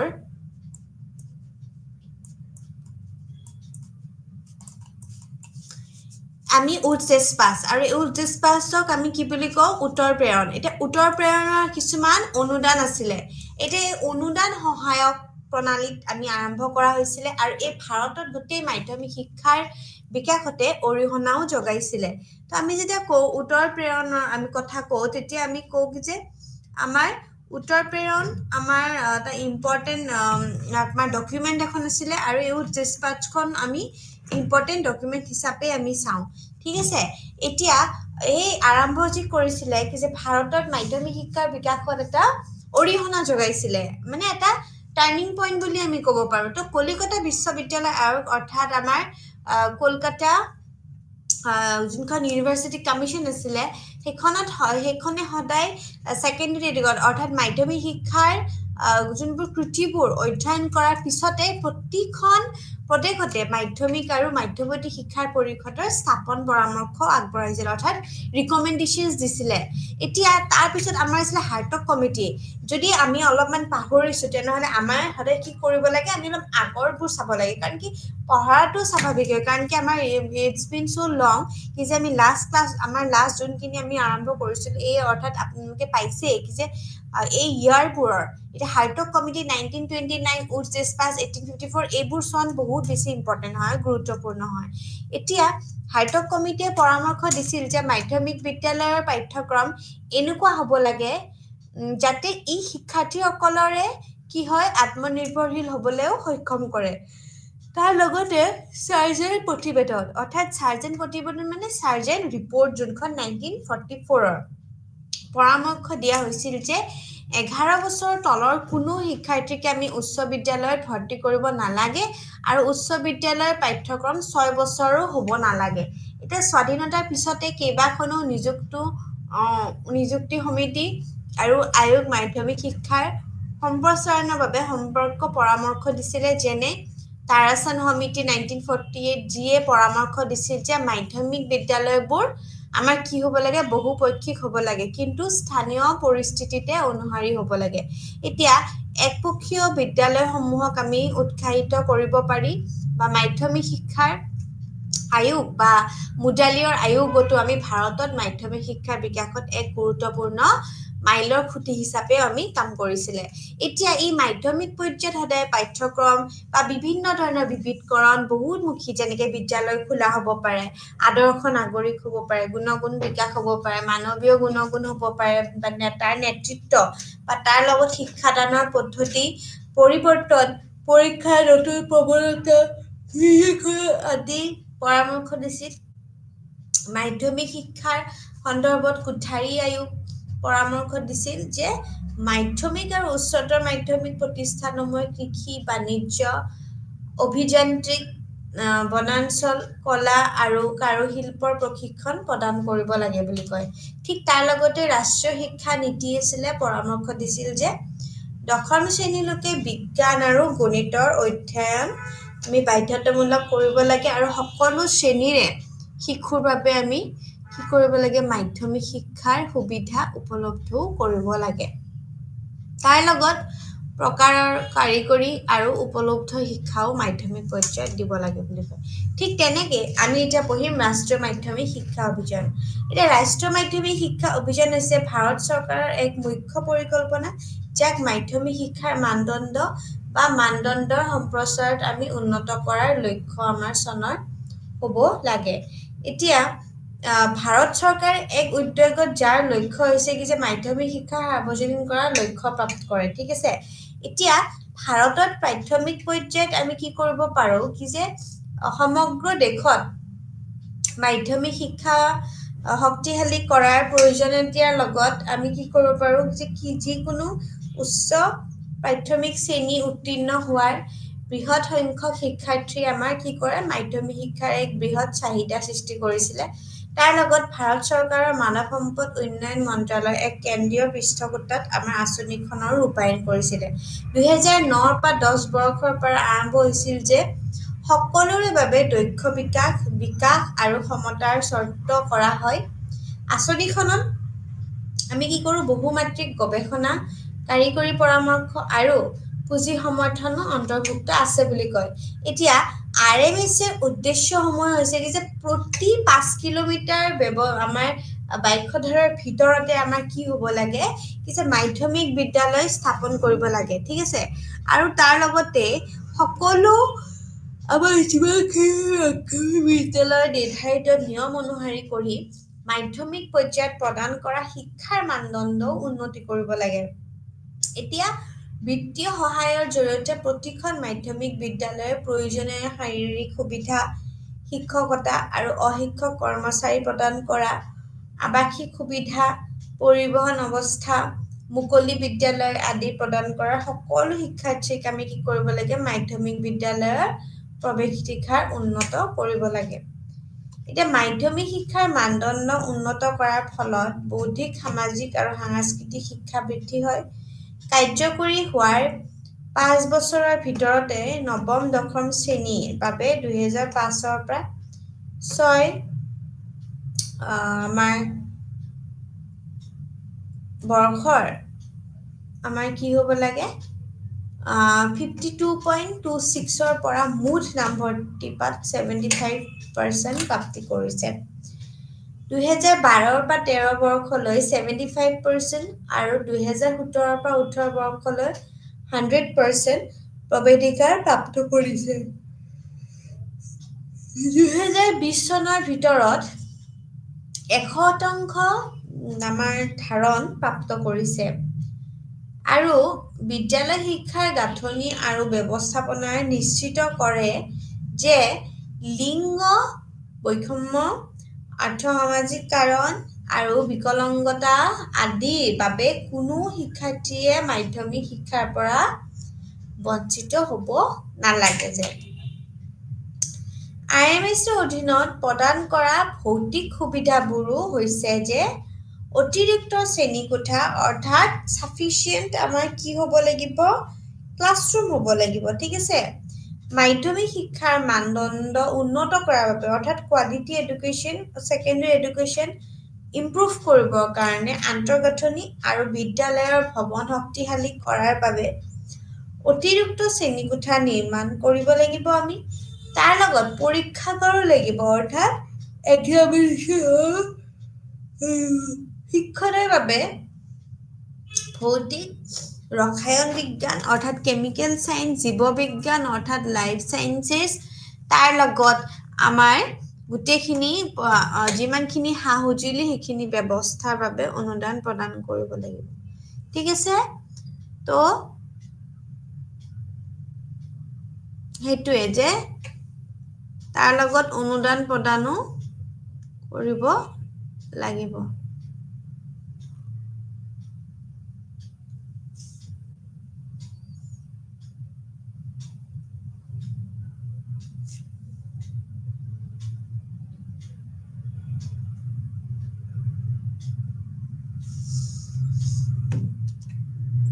ল'ৰা আৰু ছোৱালীৰ বাবে পৃথক শৌচাগাৰ খণ্ডৰ শৌচাগাৰৰ ব্যৱস্থা খোৱা পানীৰ সুবিধা কলা আৰু কাৰুশিল্পকতা প্ৰতিখন মাধ্যমিক বিদ্যালয়ৰ কলা আৰু কাৰুশিল্পকতা স্থাপন কৰিব লাগিব দূৰৱৰ্তী অঞ্চলৰ শিক্ষকসকলৰ বাবে আৱাসিক হোষ্টেল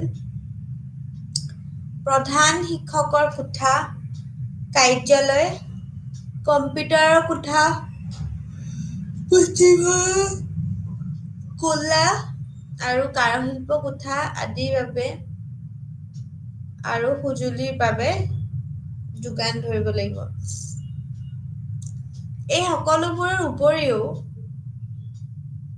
শিক্ষণ সামগ্ৰী খেলৰ সঁজুলি সংগীত অংকন কলা ক্ৰয়ৰ বাবে বিদ্যালয়সমূহক বছৰি 50,000 টকা অনুদান প্ৰদান কৰা হয় তাৰ লগত বিদ্যালয়ৰ সামান্য মেৰামতি আৰু বিদ্যালয়সমূহৰ মুখ্য মেৰামতিৰ বাবে বছৰি 2 পৰা 4 লাখ টকাৰ অনুদানৰ বাবে প্ৰতিখন বিদ্যালয়ক বছৰি 25,000 টকাৰ অনুদান প্ৰদান কৰা হয় RMSA আঁচনিৰ অধীনত প্ৰদান কৰাৰ মানদণ্ডৰ হস্তক্ষেপবোৰ ভিতৰত আছে আমাৰ কিছু শিক্ষাৰ্থী শিক্ষকৰ অনুপাত বজাই ৰাখিবলৈ শিক্ষক নিযুক্তি শিক্ষকসকলৰ সেৱা প্ৰশিক্ষণ বিজ্ঞান গণিত আৰু ইংৰাজী শিক্ষাৰ ওপৰত বিজ্ঞান পৰীক্ষাগাৰ ICT সক্ষম শিক্ষাদান পাঠ্যক্ৰম আৰু শিক্ষণৰ সংস্কাৰ RMSA আঁচনিত প্ৰদান কৰা গুৰুত্বপূৰ্ণ আমাৰ ইকুইটি হস্তক্ষেপবোৰৰ ভিতৰত আছে দুৰ্বল শ্ৰেণীৰ বাবে বিশেষ নামভৰ্তিৰ অভিযান অধিক মহিলা শিক্ষণ নিযুক্তি অৰ্থাৎ sufficient amount of female teacher বিদ্যালয় খোলাৰ বাবে অনুসূচিত জাতি অনুসূচিত জনজাতি সংখ্যালঘুৰ ঘনত্ব থকা এলেকাবোৰৰ অগ্ৰাধিকাৰ গ্ৰেডেশ্যনৰ বাবে আশ্ৰম বিদ্যালয়ক অগ্ৰাধিকাৰ শিক্ষা পৰিকাঠামোৰ ওপৰত বিশেষ গুৰুত্ব ল'ৰা আৰু ছোৱালীৰ বাবে পৃথক শৌচালয় খণ্ড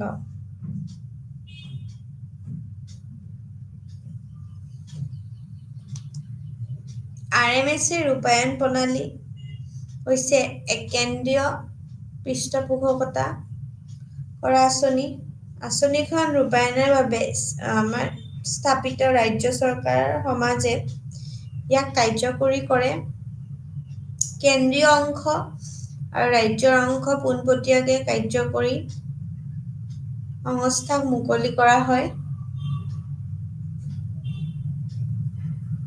তাৰ লগতে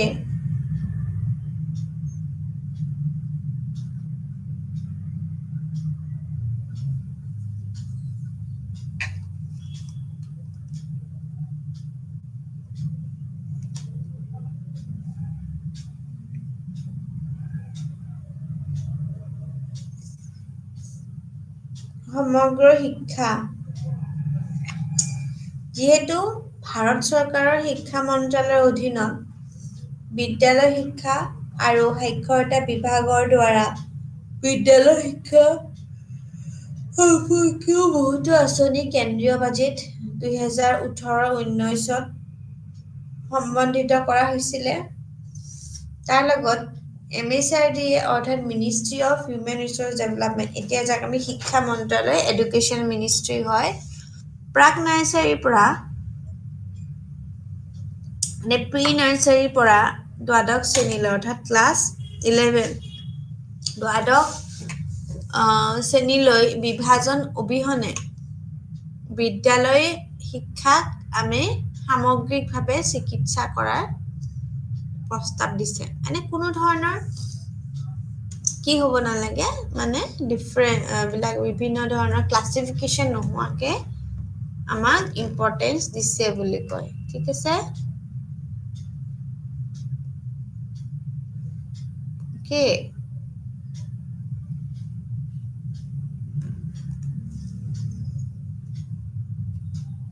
প্ৰাক বিদ্যালয়ৰ পৰা দ্বাদশ শ্ৰেণীলৈকে আমি বিদ্যালয় শিক্ষা, তাৰ লগত আমাৰ খণ্ডৰ বাবে এক সামগ্ৰিক কাৰ্যসূচী হিচাপে সমগ্ৰ শিক্ষা নামৰ এক নতুন আঁচনি ঘোষণা কৰা হৈছিলে।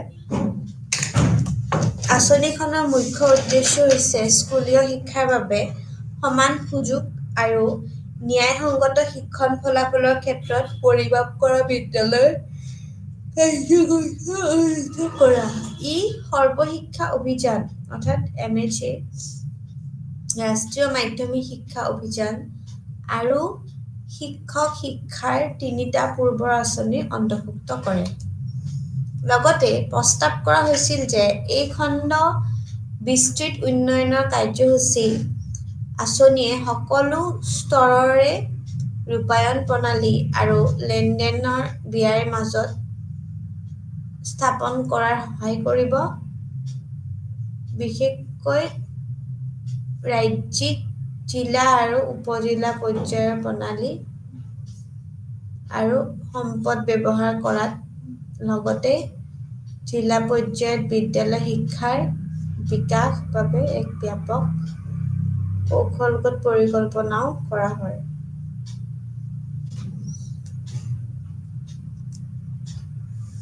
এই আঁচনিখনিয়ে বিদ্যালয়ক প্ৰাক বিদ্যালয়ৰ প্ৰাথমিক, উচ্চ প্ৰাথমিক, মাধ্যমিকৰ পৰা উচ্চতৰ মাধ্যমিক পৰ্যায়লৈ এক ধাৰাবাহিকতা হিচাপে পৰিকল্পনা কৰিছে। এই আঁচনিৰ লক্ষ্য হৈছে শিক্ষাৰ বাবে বহনক্ষম উন্নয়ন লক্ষ্য SDG গোল অৰ্থাৎ ছাষ্টেইনেবল ডেভেলপমেণ্ট গোল অনুসৰি প্ৰাক বিদ্যালয়ৰ পৰা জ্যেষ্ঠ মাধ্যমিক পৰ্যায়লৈকে সামগ্ৰিক আৰু ন্যায়সংগত মানদণ্ডৰ শিক্ষা নিশ্চিত কৰে। আঁচনিখনৰ মুখ্য উদ্দেশ্য হৈছে যে মানদণ্ড শিক্ষাৰ ব্যৱস্থা কৰা আৰু শিক্ষাৰ্থীসকলৰ শিক্ষাৰ ফলাফল বৃদ্ধি কৰা।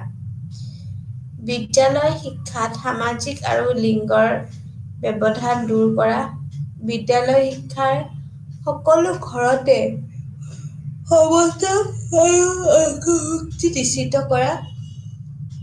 স্কুলীয়া শিক্ষাৰ ব্যৱস্থাত নিম্নতম মানদণ্ড নিশ্চিত কৰা আৰু মানে বেছিক যোনখিনি প্ৰেক্টিচ লাগে, কোৱালিটি, সেইখিনি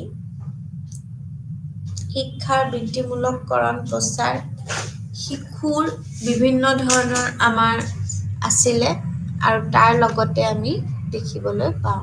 ঠিক আছে, এতিয়া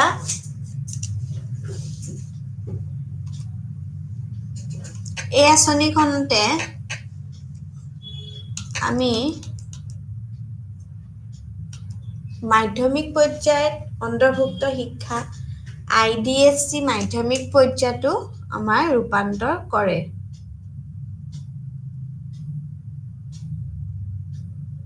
ঠিক আছে,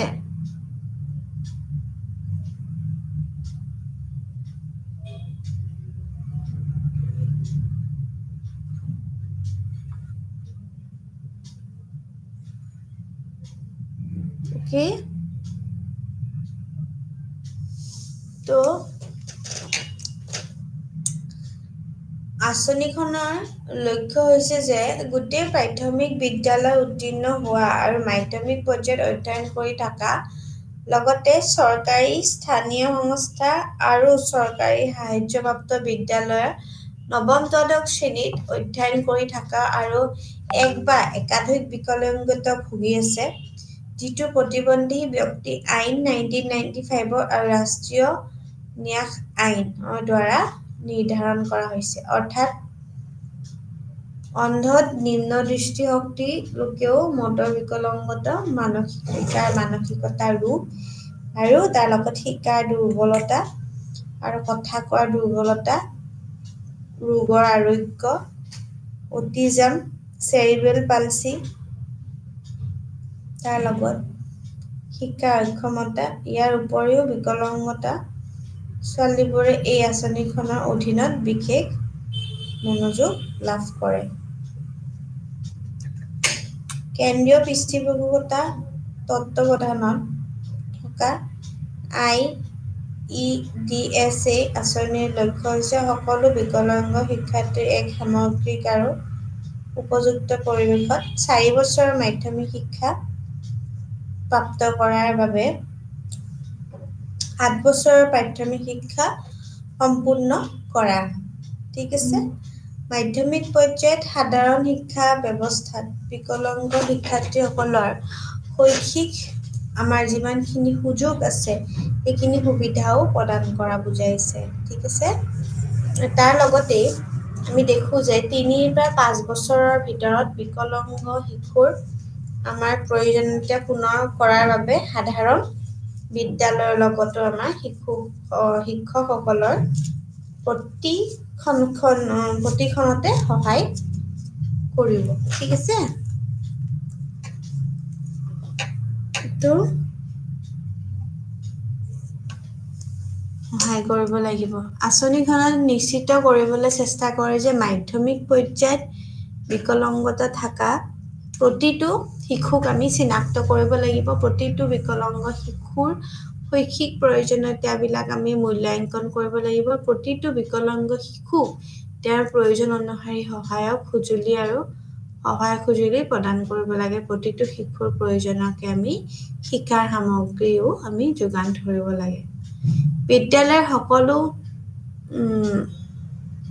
প্ৰতিবন্ধতা আঁতৰ কৰিব লাগে যাতে বিকলাংগতা শিক্ষাৰ্থীসকলৰ শ্ৰেণীকোঠা পুথিভঁৰালৰ লগতে আৰু শৌচালয়ৰ সুবিধা লাভ কৰিব পাৰে প্ৰতিবন্ধী শিক্ষাৰ্থীসকলৰ বিশেষ শিক্ষাবিদৰ নিযুক্তিৰ দৰে সমৰ্থন সেৱা প্ৰদান কৰা তাৰ লগত অন্তৰ্ভুক্ত শিক্ষাৰ ক্ষেত্ৰতো ভাল আমি উত্তৰযোগ্য পদ্ধতি বিকশিত কৰিবলৈ প্ৰতিখন ৰাজ্যত আদৰ্শ বিদ্যালয় স্থাপন কৰিব লাগে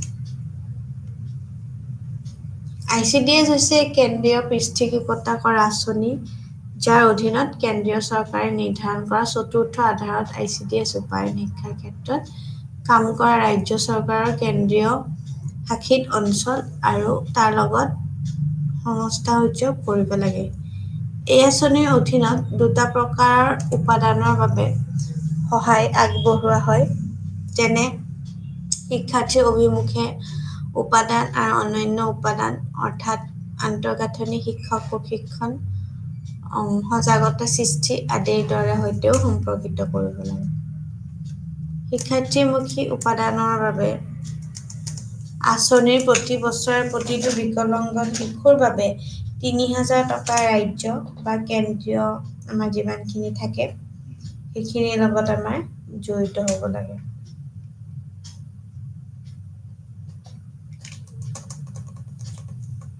তো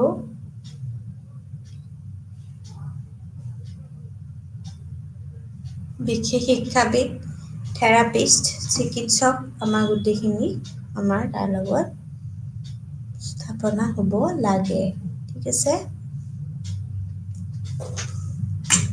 আৰু তাৰ লগতে আমি দেখো অনন্য উপাদানবিলাকো আছে আৰু এই অনন্য উপাদানৰ ভিতৰত আছে বিশেষ শিক্ষাবিদসকলৰ শিক্ষক প্ৰশিক্ষণ তাৰ লগত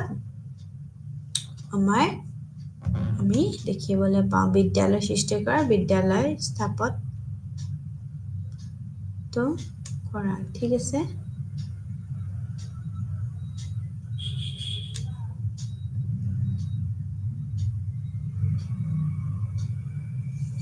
তো বিদ্যালয় সৃষ্টি কৰা আৰু তাৰ লগত আমি উপাদান কৰাও আমি লগতে বুজাও কিয়নো যে আমাৰ যিমানখিনি আমাৰ উপাদান আছে সেইখিনি আমি বিদ্যালয় স্থাপত বাধা আঁতৰাৰ বাবে অধ্যক্ষসকলৰ লগত আমি জড়িত হ'ব লাগিব আৰু শিশু আৰু বিকলাংগ যুৱক যুৱতীসকলৰ লগতো আমি কথা পাতিব লাগিব ঠিক আছে কথা পাতিব লাগিব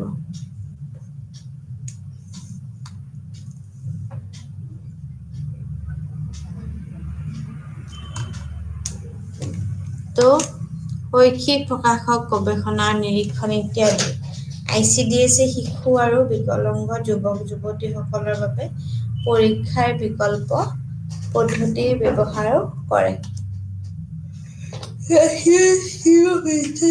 to girls for secondary education into secondary হ'ব লাগিছিলে তো secondary হ'ব লাগিছিল এটা ভুল হৈ গ'ল তো National Scheme for Incentive of Secondary Education নৱম শ্ৰেণীৰ নামভৰ্তি কৰা যিমানখিনি শিক্ষাৰ্থীসকলক উৎসাহ দিবলৈ আমি 2009 চনৰ মে মাহতে ANSIGSE টো আমি আঁচনি আৰম্ভ কৰা হৈছিল এই আঁচনিখনত এতিয়া ৰাষ্ট্ৰীয় বৃত্তীয় পৰ্টেলতো বোৰ্ড কৰা হৈছে এতিয়া এই আঁচনিখনৰ উদ্দেশ্য হৈছে যে মাধ্যমিক শিক্ষাসকলৰ অনুসূচিত জাতি জনজাতি সম্প্ৰদায়ৰ ছোৱালী নামভৰ্তি প্ৰচাৰৰ বাবে আমি ড্ৰপ আউট হ্ৰাস কৰাৰ আৰু তাৰ 18 বছৰ বয়সলৈ তেওঁলোকক আমি ধৰি ৰখাটো নিশ্চিত কৰা মানে যাতে সবে যাতে 18 ইয়াৰ্ছলৈকে আপ টু 18 ইয়াৰ্ছ যাতে এডুকেশ্যন সবে লাভ কৰে ঠিক আছে শিক্ষা যাতে সবে 18 প্লাছলৈকে লাভ কৰে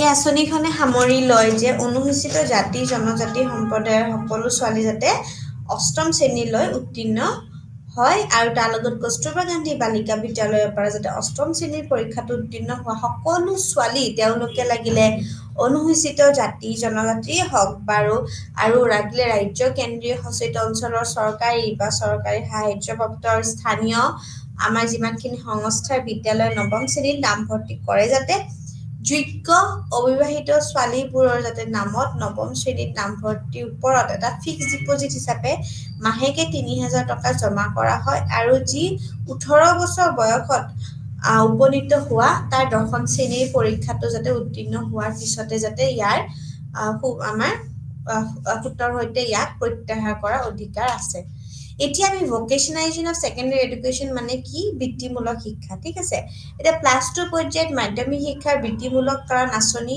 1988 চনত আৰম্ভ কৰা হয় মাধ্যমিক আমাৰ এই শিক্ষাৰ আমাৰ বৃত্তিগত কাৰণ এই কেন্দ্ৰীয় পৃষ্ঠপোষকতা আঁচনি শৈক্ষিক সুযোগৰ বৈচিত্ৰ্য প্ৰদান কৰা হৈছে যাতে ব্যক্তিগত নিয়োগযোগ্য বৃদ্ধি কৰা হয় দক্ষ জনহিতত চাহিদা আৰু যোগানৰ মাজত আমাৰ অমিল হ্ৰাস আৰু উচ্চ শিক্ষা গ্ৰহণ কৰা সকলোৰে বাবে এক বিকল্প প্ৰদান কৰা হয় তাৰ লগতে পৰ্যায়ত এই মাধ্যমিক শিক্ষাৰ আমাৰ বৃত্তিমূলক সকল আঁচনি আৰম্ভ কৰা হৈছে মাধ্যমিক শিক্ষাৰ বৃত্তি লগত কৰণ এই কেন্দ্ৰীয় পৃষ্ঠপোষকতা আঁচনি শৈক্ষিক আমাৰ সুযোগৰ বাবে বৈচিত্ৰ্য প্ৰদান কৰা হৈছে যাতে য'ত আমাৰ ব্যক্তিগত নিয়োগতা বৃদ্ধি কৰা হয় দক্ষ জনশক্তিৰ চাহিদা আৰু যোগানৰ মাজৰ পৰা আমাৰ হ্ৰাস কৰা হয় শিক্ষা গ্ৰহণ কৰা সকলোৰে বাবে এক বিকল্প প্ৰদান কৰা হয় এতিয়া আইচিটি বিদ্যালয় আঁচনি অৰ্থাৎ মাধ্যমিক পৰ্যায়ৰ শিক্ষাৰ্থীসকলৰ মুখ্যত আইচিটি দক্ষতা ক্ষমতা গতি তুলনামূলকভাৱে কম্পিউটাৰ সহায়ত শিক্ষা প্ৰতিক্ৰিয়াৰ জৰিয়তে শিক্ষাৰ সুযোগ প্ৰদান কৰাৰ বাবে বিদ্যালয় আঁচনিৰ তথ্য আৰু যোগাযোগ প্ৰযুক্তি 2004 চনৰ ডিচেম্বৰ আৰম্ভ কৰা হৈছিল আৰু এই আঁচনিখনে ৰাজ্য কেন্দ্ৰীয় শাসিত অঞ্চলক চৰকাৰ আৰু বেচৰকাৰী যিমানবোৰ আমাৰ সাহায্যপ্ৰাপ্ত মাধ্যমিক আৰু উচ্চতৰ মাধ্যমিক বিদ্যালয়সমূহত ICT আন্তঃগাঁথনি স্থাপন কৰাৰ বাবে সমৰ্থন আগবঢ়ায়। ইয়াৰ লক্ষ্য হৈছে যে কেভি আৰু যিমানখিনি নৱোদয় বিদ্যালয় আছে সেইখিনিৰ লগত আমাৰ যিমানখিনি আমাৰ স্মাৰ্ট বিদ্যালয় স্থাপন কৰা হয় আৰু তাৰ ভিতৰতে চৰকাৰৰ আমাৰ যিমানখিনি সেয়া হয় চৰকাৰৰ প্ৰতিষ্ঠানসমূহক আমি গোটেইখিনি আমি দিব লাগিব, ঠিক আছে? তো আমাৰ আমি দেখি পাওঁ যে আমাৰ প্ৰযুক্তি প্ৰদৰ্শক হিচাপে কাম কৰিবলৈ আৰু চুবুৰীয়া বিদ্যালয়ৰ শিক্ষাৰ্থীসকলৰ মাজত ICT দক্ষতা প্ৰচাৰৰ নেতৃত্ব দিয়াৰ বাবে গতি নিৰ্ধাৰণ কৰি আহিছে। এতিয়া স্কিম যোনখিনি আছিল ফৰ মাদ্ৰাছা এইখিনি হৈছে কি যে আমাৰ SPQEMৰ মুছলমান শিশুসকলক আমি আনুষ্ঠানিকভাৱে শিক্ষাৰ যিমানখিনি শিক্ষাৰ বিষয়ত ৰাষ্ট্ৰীয় শিক্ষা ব্যৱস্থাৰ মানদণ্ড প্ৰাপ্ত কৰিবলৈ মাদ্ৰাছাসকলৰ গুণগত উন্নতি আনিব বিচাৰে আৰু তাৰ লগত আঁচনিৰ মুখ্য হিচাপে আমি শিক্ষক আমাৰ যিমানখিনি সন্মানীয় পৰিৱেশ বৃদ্ধিৰ জৰিয়তে আমাৰ বিজ্ঞান গণিত তাৰ লগত ভাষা সামাজিক অধ্যয়ন আদিৰ দৰে আনুষ্ঠানিক পাঠ্যক্ৰম বিষয়বোৰ আমি শিকোৱাৰ বাবে মাদ্ৰাছাসকলৰ ক্ষমতা শক্তিশালী কৰাত এনে শিক্ষকসকলৰ নতুন বিদ্যালয়ৰ আমি কি কৰোঁ পদ্ধতিত প্ৰশিক্ষণ দিয়া অতি 2 বছৰে আমি কৰা।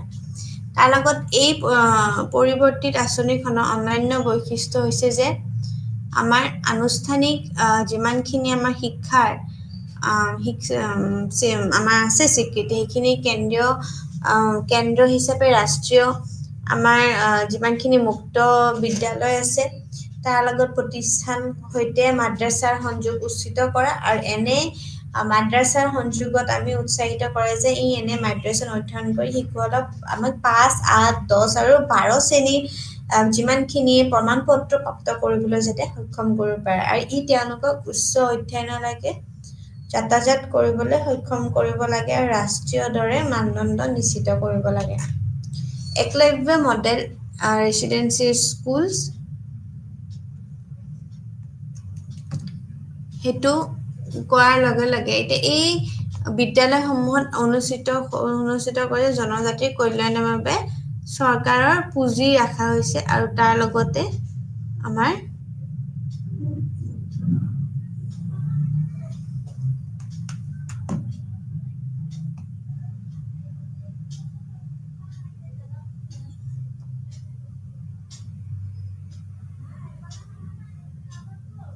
ঠিক আছে তো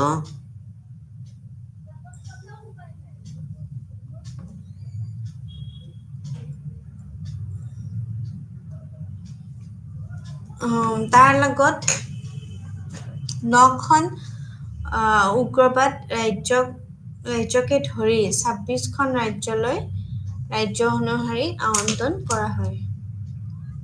অনুদানৰ এটা অংশ একলব্য আদৰ্শ আৱাসিক বিদ্যালয় তাৰ লগত আমাৰ যিমানখিনি EMRS আছে তাৰ লগত স্থাপনৰ বাবে ব্যৱহাৰ কৰিব পাৰি। জুন 2010ত এই মন্ত্ৰালয় জাৰি কৰা হৈছিল যে নিৰ্দেশনা অনুসৰি স্থানীয় এলেকা আৰু ইয়াৰ লোকসকলৰ প্ৰয়োজনীয়তাৰ ওপৰত নিৰ্ভৰ কৰি আবণ্টন কৰা হয়। ভিতৰত ৰাজ্য চৰকাৰে EMRS স্থাপনক ধৰি উন্নয়নমূলক আঁচনিসকলৰ বাবে অগ্ৰাধিকাৰ নিৰ্ধাৰণ আৰু কাৰ্যকৰী কৰে।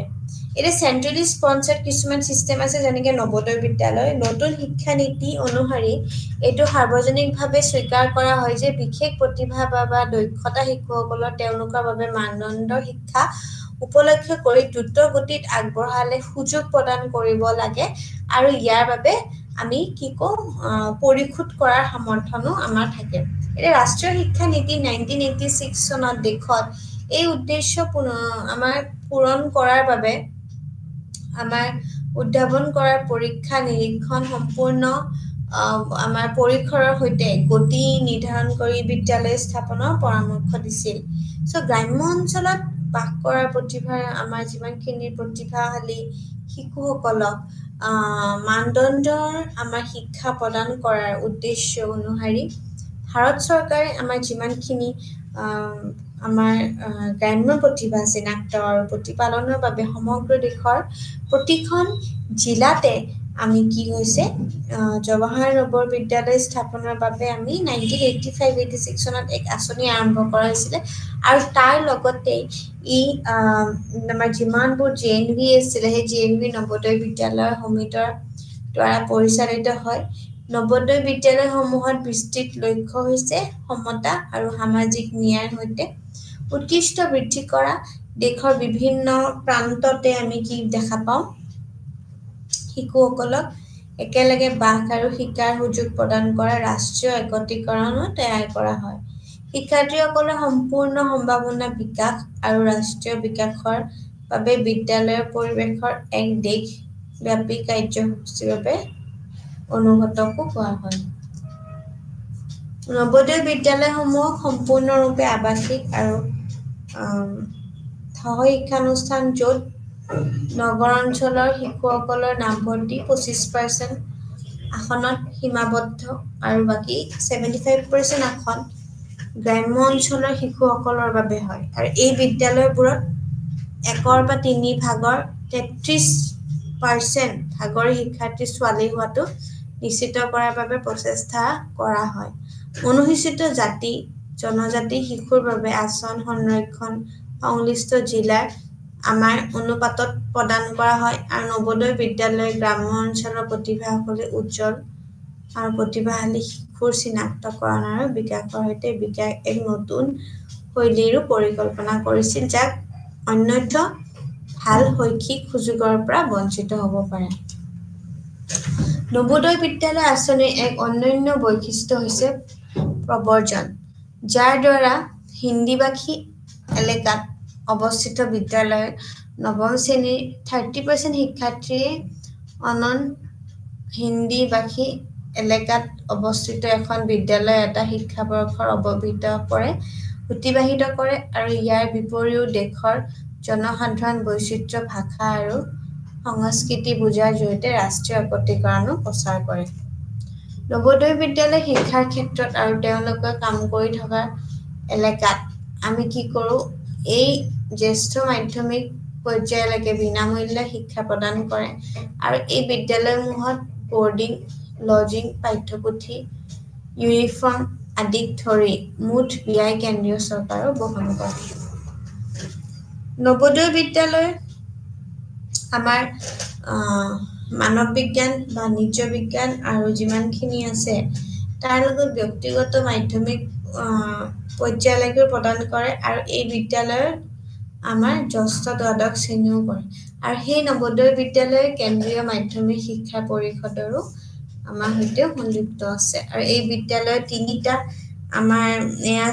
তিনিটা ভাষাৰ সূত্ৰ ৰূপায়ণ কৰা হয় আৰু সেই তাৰ লগত আমাৰ ৰোগ নিৰ্ণয়ো কৰা হয় আৰু প্ৰতিকাৰমূলক শিক্ষাদানৰ ওপৰেও বিশেষভাৱে গুৰুত্ব দিয়া হয় আৰু এই গ্ৰাম্য অঞ্চলৰ প্ৰতিভাশালী শিশুসকলৰ মূল্যবোধ আৰু আমাৰ যিমানখিনি পৰিৱেশৰ আমাৰ সজাগতা আছে, মনোৰঞ্জনমূলক কাৰ্যকলাপ আৰু শাৰীৰিক শিক্ষামূলক মানদণ্ডৰ আধুনিক শিক্ষা প্ৰদান কৰাৰ চেষ্টা কৰে আৰু এই বিদ্যালয়বোৰত আমাৰ কি হৈছে যে বিদ্যালয়বোৰত আমি ধুনীয়াকে নামভৰ্তি ষষ্ঠ শ্ৰেণীৰ CBSE নতুন দিল্লী ডিজাইনৰ পৰিচালিত শিক্ষাৰ জৰিয়তেও আৰম্ভ হয়।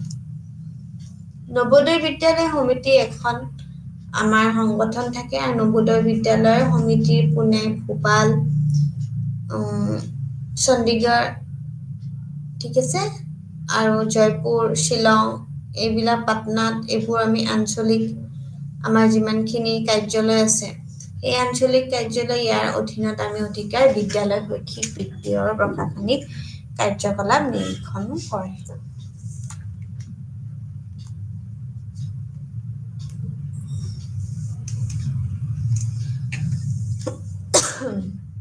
সংস্থাটোৰ অধ্যক্ষ হৈছে মানৱ সম্পদ আৰু উন্নয়ন মন্ত্ৰী।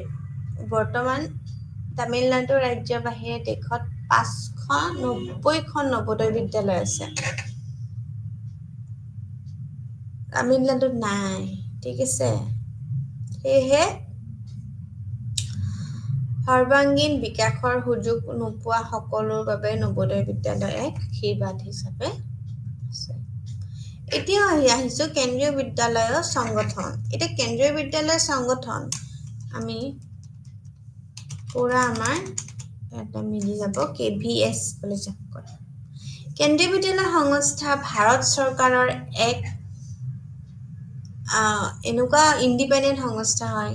1965 চনত প্ৰতিষ্ঠা কৰা হৈছিল। কেন্দ্ৰীয় বিদ্যালয় স্থাপন আৰু নিৰীক্ষণৰ প্ৰাথমিক উদ্দেশ্যৰে এইটো ভাৰত কেন্দ্ৰীয় চৰকাৰৰ বিদ্যালয়সমূহৰ এটা ব্যৱস্থা যি MSRDৰ অধীনত আছে। KVSৰ মূল্যায়ন হৈছে তত্ত্বম পোষণ ঠিক আছে কেন্দ্ৰীয় বিদ্যালয় বহুত আছে, বহুত ঠাইত আছে। সকলো কেন্দ্ৰীয় বিদ্যালয় কেন্দ্ৰীয় মাধ্যমিক শিক্ষা পৰিষদৰ হয়, CBSEৰ অধীনত হয় সংযুক্ত। KVSৰ মুখ্য উদ্দেশ্য হৈছে শিক্ষাৰ এক উন্নত কাৰ্যসূচী প্ৰদান কৰি প্ৰতিৰক্ষা কৰি কৰ্মচাৰীসহ কেন্দ্ৰীয় চৰকাৰৰ স্থাপনযোগ্য কৰ্মচাৰী শিশুসকলৰ শৈক্ষিক প্ৰয়োজনীয়তাবিলাক পূৰণ কৰা। KVSৰ অন্যান্য উদ্দেশ্য হৈছে উৎকৃষ্ট অনুসৰণ কৰা আৰু বিদ্যালয় শিক্ষাৰ ক্ষেত্ৰত গতি নিৰ্ধাৰণ কৰা।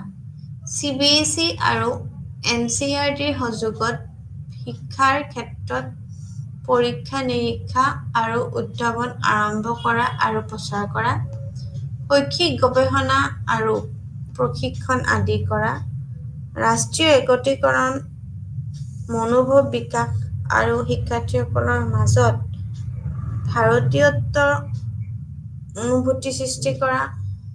সংগঠনটোৱে ভাৰত চৰকাৰৰ দ্বাৰা সম্পূৰ্ণৰূপে বিত্তীয়। এইটো পৃথিৱীৰ বিদ্যালয়সমূহৰ সৰ্ববৃহৎ শৃংখলা, যিয়ে ইংৰাজী আৰু হিন্দীত দ্বিভাষিক নিৰ্দেশনাও প্ৰদান কৰে। সেইবোৰ সহ-শৈক্ষিক যৌগিক বিদ্যালয়। এই কেন্দ্ৰীয় বিদ্যালয়ত শিক্ষাদানৰ মানদণ্ড এক উপযুক্ত শিক্ষাৰ্থী-শিক্ষক অনুপাতৰ জৰিয়তে উচ্চ ৰখা হয়। সকলো কেন্দ্ৰীয় বিদ্যালয়ত সমগ্ৰ ভাৰতৰ এক অভিন্ন পাঠ্যক্ৰম অনুসৰণ কৰে যাতে চৰকাৰী কৰ্মচাৰীৰ সন্তানে শৈক্ষিক প্ৰত্যাহ্বানৰ সন্মুখীন নহয় যেতিয়া তেওঁলোকৰ পিতৃ-মাতৃক এঠাইৰ পৰা আন ঠাইলৈ স্থানান্তৰ কৰা হয়। মানে আচলতে যোনবোৰ চেন্ট্ৰেল গভৰ্ণমেণ্ট জবছ থাকে বা মানে পেৰেণ্টছ বিলাকৰ সদায় ট্ৰেন্সফাৰেবল জবেই হয় ন। তো যাতে কেভিবোৰ হ'লে কি হয় এটলিষ্ট এই যে ট্ৰেন্সফাৰ হ'লেও যাতে মানে কোনো ধৰণৰ যাতে প্ৰব্লেম নহয়, মানে এটা জেগাৰ পৰা আন এটা জেগালৈ নিলেও যাতে এখন কেভিৰ পৰা আন এখন কেভিত ইজিলি যাতে পাই যায়। সেইটো উদ্দেশ্যৰে একচুৱেলি খোলা গৈছে। KVS কেন্দ্ৰীয় বিদ্যালয় বা কেন্দ্ৰীয় বিদ্যালয়সমূহৰ কাম-কাজ তদাৰক কৰে আৰু ইয়াৰ মুখ্য কাৰ্যালয় নতুন দিল্লীত আছে। আমি এইটো বস্তু পাহৰিব নালাগে, ঠিক আছে। ক'ত আছে? নতুন দিল্লীত, ঠিক আছে। কেন্দ্ৰীয় বিদ্যালয় সংগঠনৰ অধ্যক্ষ MSRDৰ মন্ত্ৰীজনে হয়, ঠিক আছে। কিন্তু প্ৰকৃততে কাৰ্যক্ষমতা KVSৰ আয়ুক্তসকলৰ ওচৰত আছে। শিক্ষাৰ্থীসকলৰ বাবে যেনে আমাৰ সামগ্ৰিক বিকাশ আৰু বিদ্যালয় ব্যৱস্থাৰ তত্ত্বাৱধানৰ বাবে থাকে, তেনেকে ঠিক কেন্দ্ৰীয় বিদ্যালয়ৰ কেইবাখনো সমিতি আছে, য'ত আটাইতকৈ গুৰুত্বপূৰ্ণ হৈছে বিদ্যালয় পৰিচালনা সমিতি অৰ্থাৎ VMC। বৰ্তমান ভাৰতত 12খনতকৈ অধিক কেন্দ্ৰীয় বিদ্যালয় আছে। আৰু তিনিখন কেন্দ্ৰীয় বিদ্যালয় বিদেশত আছে ক'ত ক'ত আছে অৰ্থাৎ কাঠমাণ্ডুত আছে ওকে কাঠমাণ্ডু আৰু মস্কো আৰু ক'ত আৰু তেহৰাণত ঠিক আছে পৰিচালিত হয় এইবোৰ ভাৰতীয় দূতাবাসৰ কৰ্মচাৰী আৰু ভাৰতত চৰকাৰী অনন্য প্ৰবাসী কৰ্মচাৰীৰ সন্তানৰ বাবেও আছে ঠিক আছে তো এইখিনি আছিলে কেন্দ্ৰীয় বিদ্যালয়ৰ ওপৰত এনে আমি গোটেইখিনি বুজি পালো ন কিবাটো ডাউট কিবা আছে নেকি বাৰু কোনবাই কিবা বুজি নোপোৱা কেভিএছচিৰ অনন্য উদ্দেশ্য কি হয় পৰীক্ষাত কোৱেশ্চনছ আহে ইয়াৰ পৰা মানে ফাংচনছ অফ কেভি এনেকে আহিব পাৰে তেনেকে পৰীক্ষা নিৰীক্ষা কৰাৰ উদ্ভাৱন আৰম্ভ কৰা প্ৰচাৰ কৰা শৈক্ষিক গৱেষণা কৰা অৰ্থাৎ এডুকেশ্যনেল ৰিচাৰ্চ কৰা ঠিক আছে এইবোৰ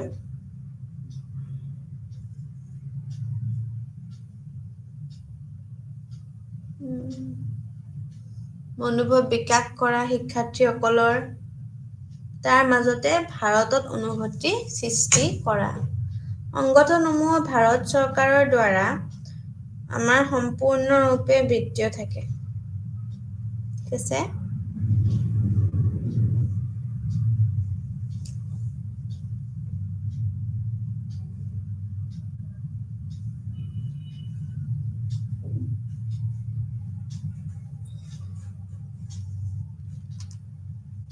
তাৰ লগত পৃথিৱীৰ বিদ্যালয়সমূহত বৃহৎ শৃংখলা যিয়ে ইংৰাজী আৰু হিন্দীত দ্বিভাষিক আমাৰ কি হয় নিৰ্দেশনাও প্ৰদান কৰে আৰু শৈক্ষিক যোগাৰ আমাৰ বিদ্যালয় কৰে আৰু এই কেন্দ্ৰীয় বিদ্যালয়ত শিক্ষাদানৰ আমাৰ অতিকে হেয়া থাকে ঠিক আছে সকলো বিদ্যালয় সমগ্ৰ ভাৰতত এক অভিন্ন পাঠ্যক্ৰম অনুসৰণ কৰা যাতে চৰকাৰী কৰ্মচাৰী সন্তানত শৈক্ষিক প্ৰত্যাহ্বানবিলাক আমি নহয় তেতিয়া পিতৃ মাতৃক আমি এঠাইৰ পৰা আন ঠাইলৈ যাতে আমি ট্ৰেন্সফাৰ যাতে হলেও কোনো যাতে প্ৰব্লেম নহয় ঠিক আছে তো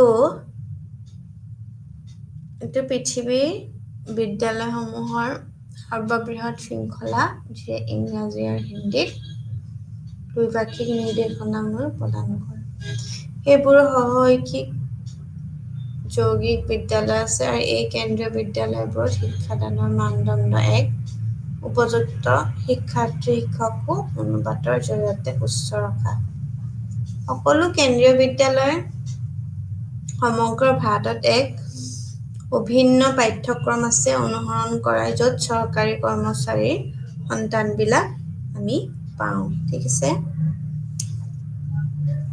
আৰু যেতিয়া তেওঁলোকৰ পিতৃ মাতৃক এঠাইৰ পৰা আন ঠাইলৈ স্থানান্তৰ কৰে আৰু কেভিএছ বিদ্যালয়বিলাকো আমি দেখিবলৈ পাওঁ যে কেন্দ্ৰীয় বিদ্যালয়ৰ কাম-কাজবিলাক অৰ্থাৎ ইয়াৰ মুখ্য কাৰ্যালয় আমাৰ নতুন দিল্লীত আছে যদি আমাৰ পৰীক্ষাত যদি আহে যে হেডকোৱাৰ্টাৰ যদি কয় হেডকোৱাৰ্টাৰ ক'ত আছে কেভিৰ মুখ্য কাৰ্যালয় বুলি যাক কয় মেইন হেড অফিচ হেডকোৱাৰ্টাৰ বা অফিচ বুলি আহিব পাৰে তেতিয়া ক'ত আছে নিউ দিল্লী ঠিক আছে নিউ দিল্লী ফুল দিল্লী কি আৰু এইটো কেতিয়া হৈছিলে 1965ত আমি এই চনবোৰ মনত ৰাখিব লাগিব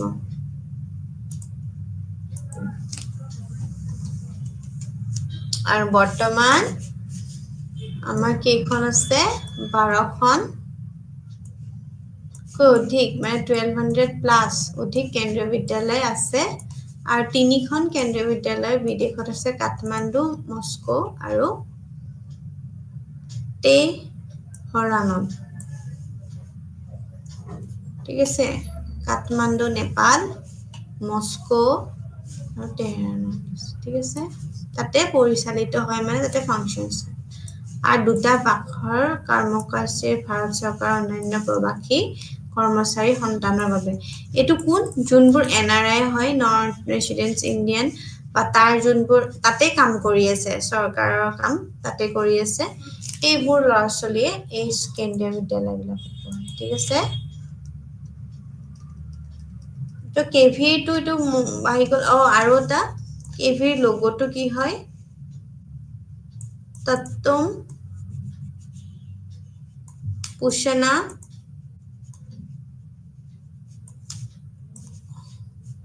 অপভ্ৰনু আৰু এইটো কি ল্যাঙ্গুৱেজ সংস্কৃত এটোৰ মিনিং হৈছে আমি এটা হোমৱৰ্ক দিলো এই মিনিংটো কি হৈছে তত্তম পুষনা অপভ্ৰনৰ মিনিং কি হয় এইটো আমি নিজে নিজে চাই ল'ব ঠিক আছে হোমৱৰ্ক দি দিলো এইটো মই যে কিছে মানে কি হয় আমি যে কওঁ তত্তম কেভি লোগোটো এই কেভি লোগোটো মিনিং কি হয় what does it mean KVS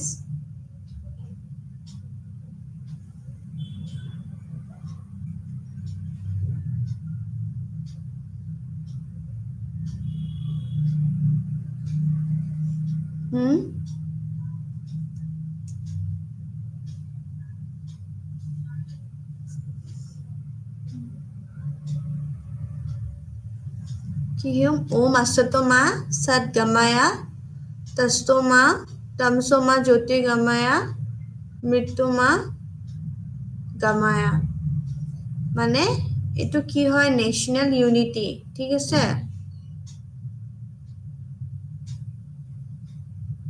hidden light behind the sun spirit within its freeze now uncovered by graceful movement of the sun itself ঠিক আছে এটোৰ মিনিং হৈছে হেটো বাৰবাৰ নিজে নিজে আপোনালোকে চাই ল'ব কাৰণ কি এইবোৰ মিনিং পৰীক্ষাত আহে আৰু নবোদয় বিদ্যালয়টো বুজি পালে নবোদয় বিদ্যালয়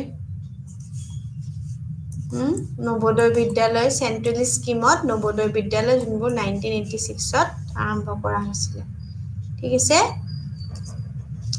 কনফিউজ হ'ব নালাগে বাস আমি বস্তুবোৰ কি কৰিব লাগিব আমি মনত ৰাখিব লাগিব আমি মনত ৰাখিলে আমাৰ হৈ যাব কিন্তু কি হয় কেতিয়াবা আমাৰ মনত নৰয় হয়নে কনফিউজন ক্ৰিয়েট হয় তো আমি আমাৰ লিখা হেবিট থাকিব লাগিব আমি যে লিখা হেবিট থাকিব কি যে আজি আমি এটো লিখো মানে এটো বস্তুটো কিনো কৈছে বলে লিখি চাও বস্তুটো যেতেলে নিলিখো আমাৰ মনত নৰয় তো আমি এনেকে কপিত লিখিব লাগিব এবাৰ এনসাৰটো আমি প্ৰেক্টিস কৰিব লাগিব আৰু এটা কোৱেশ্চনছবোৰ কেনেকুৱাকে আহে পৰীক্ষাত বা আমাৰ যোনবোৰ এসাইনমেন্ট দিয়া যায় তাত আমি কিছুমান আমাৰ যোনখন বুক তাত কিছুমান লাষ্টত ডিসকাশন মানে সেশন কিছুমান থাকে ডিসকাশন কোৱেশ্চন বা মানে পয়েন্টস টু বি ৰিমেম্বাৰ সেই বস্তুবোৰ আমি কি কৰিব লাগে আমি চাব লাগে ঠিক আছে সেই বস্তুবোৰ আমি সদায় চাব লাগে আৰু তাৰ লগত আমি এটো চাব লাগে যে আমি লিখা বস্তুটো মিল ম্যাচ কৰিব লাগে হৈছে নে নাই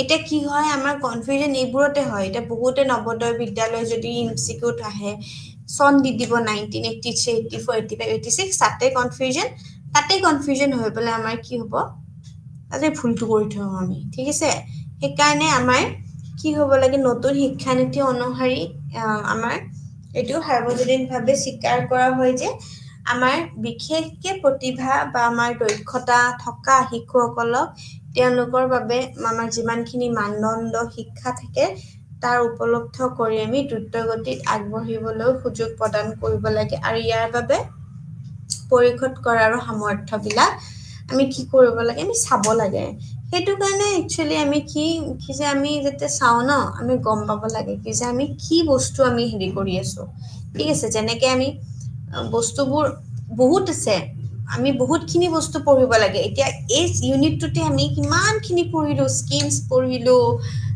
কমিশনছ খিনিও মনত মাজে মাজে সোমাই গ'ল হয় নে নহয় তো আমি এই কমিশনছ বিলাকো আমি মনত থাকিব লাগিব তো এইটো বুলি এইটো নহয় কি যে আমি এইটো পঢ়িলে এইটো পাহৰিম হয় নে নহয় সেই বস্তুটো হ'ব নালাগে এই বস্তুটো হ'লে বেয়া ঠিক আছে আৰু কি পঢ়িছিলো একলব্য মডেল বিলাক মনত থাকিবনে EMRS কি হয় একলব্য মডেল পঢ়িলো মাদ্ৰাছাছ পঢ়িলো কিনেকে আমি কোৱালিটি এডুকেশ্যন প্ৰভাইড কৰিম মাদ্ৰাছাত হয় নে নহয় সেইটো পঢ়িলো বা কেভিআৰ নৱোদয় বিদ্যালয় স্থাপন কৰাৰ ভিতৰত চৰকাৰে কি প্ৰযুক্তি প্ৰদৰ্শন কৰিছিলে মই ক'লো ICT কেনেকে হ'ল মানে নহয় +2 পৰ্যায়ত ভোকেশনালাইজেশনটো কেনেকে আমি আৰম্ভ কৰিব পাৰো তো এই 1988 চনৰ পৰাই আৰম্ভ হৈ গৈছিলে মাধ্যমিক আঁচনিৰ আমাৰ ব্যক্তিগত শিক্ষাৰ ব্যৱস্থা ঠিক আছে তো এই বস্তুবোৰ আমি সদায় চাব লাগে আৰু তাৰ লগতে আমি এইটো চোৱাও উচিত যে আমি এই ভোকেশনালাইজেশন কৈছো বা আমাৰ নেশনেল স্কিম এই বস্তুবোৰ আমি ডিসকাস কৰিছো এই বস্তুবোৰ আমি কি কৰিব লাগিব আমাৰ ইনসেন্টিভ ফৰ সেকেন্ডাৰী এডুকেশন এই বস্তুটো কিন্তু এই স্লাইডখনত কাৰেকশন এটা আছে আপোনালোকে সেকেন্ডাৰী এডুকেশনটো কৰি ল'ব ঠিক আছে তো নৱম শ্ৰেণীত নামভৰ্তি কৰা শিক্ষাৰ্থীসকলৰ বাবে আমাৰ আছে এইখিনি তো এই বস্তুটো আমি গোটেইখিনি কিন্তু পঢ়িব লাগিব আধা উধাকে পঢ়িলে কি হয় বস্তুবোৰ আমি পাহৰি যাওঁ ঠিক আছে তো হেতু কাৰণে আমি পাহৰিও যাওঁ তাৰ ফলত আমাৰ কি হয় হেয়া নহয় তো হেতু কাৰণে আমি কি কৰিব লাগিব যে আমি যি বস্তু পঢ়িলো আমি এই বস্তুবোৰ অনন্য এটা কেভি খিনি লাষ্ট পঢ়িলো কেভি খিনি যাতে সবৰে মনত থাকে ঠিক আছে আৰু যোন কেন্দ্ৰীয় বিদ্যালয়ত পঢ়া আছে তোমালোকৰ কাৰণেটো ভালেই হ'ব বস্তুখিনি মনত ৰাখিবৰ কাৰণে আমি কি মতত পঢ়িছিলো তো সেই কাৰণে বৰ্তমান 12খনতকৈ অধিক এক্সাক্ট যোনটো এমাউন্ট এক্সাক্ট যোনটো মানে নাম্বাৰ হেতু তোমালোকে গুগলত চাই ল'ব পাৰা ঠিক আছে এক্সাক্ট এমাউন্টটো মই যিমানখিনি পাইছো 12খনতকৈ অধিককে পাইছো কিন্তু এক্সাক্ট এমাউন্টটো হেতু ঠিক আছে এক্সাক্ট এমাউন্টটো মানে যিমানখিনি আছে আৰু তিনিখন কেন্দ্ৰীয় বিদ্যালয় বিদেশত অৰ্থাৎ কাঠমাণ্ডুত ইয়াত আছে ওকে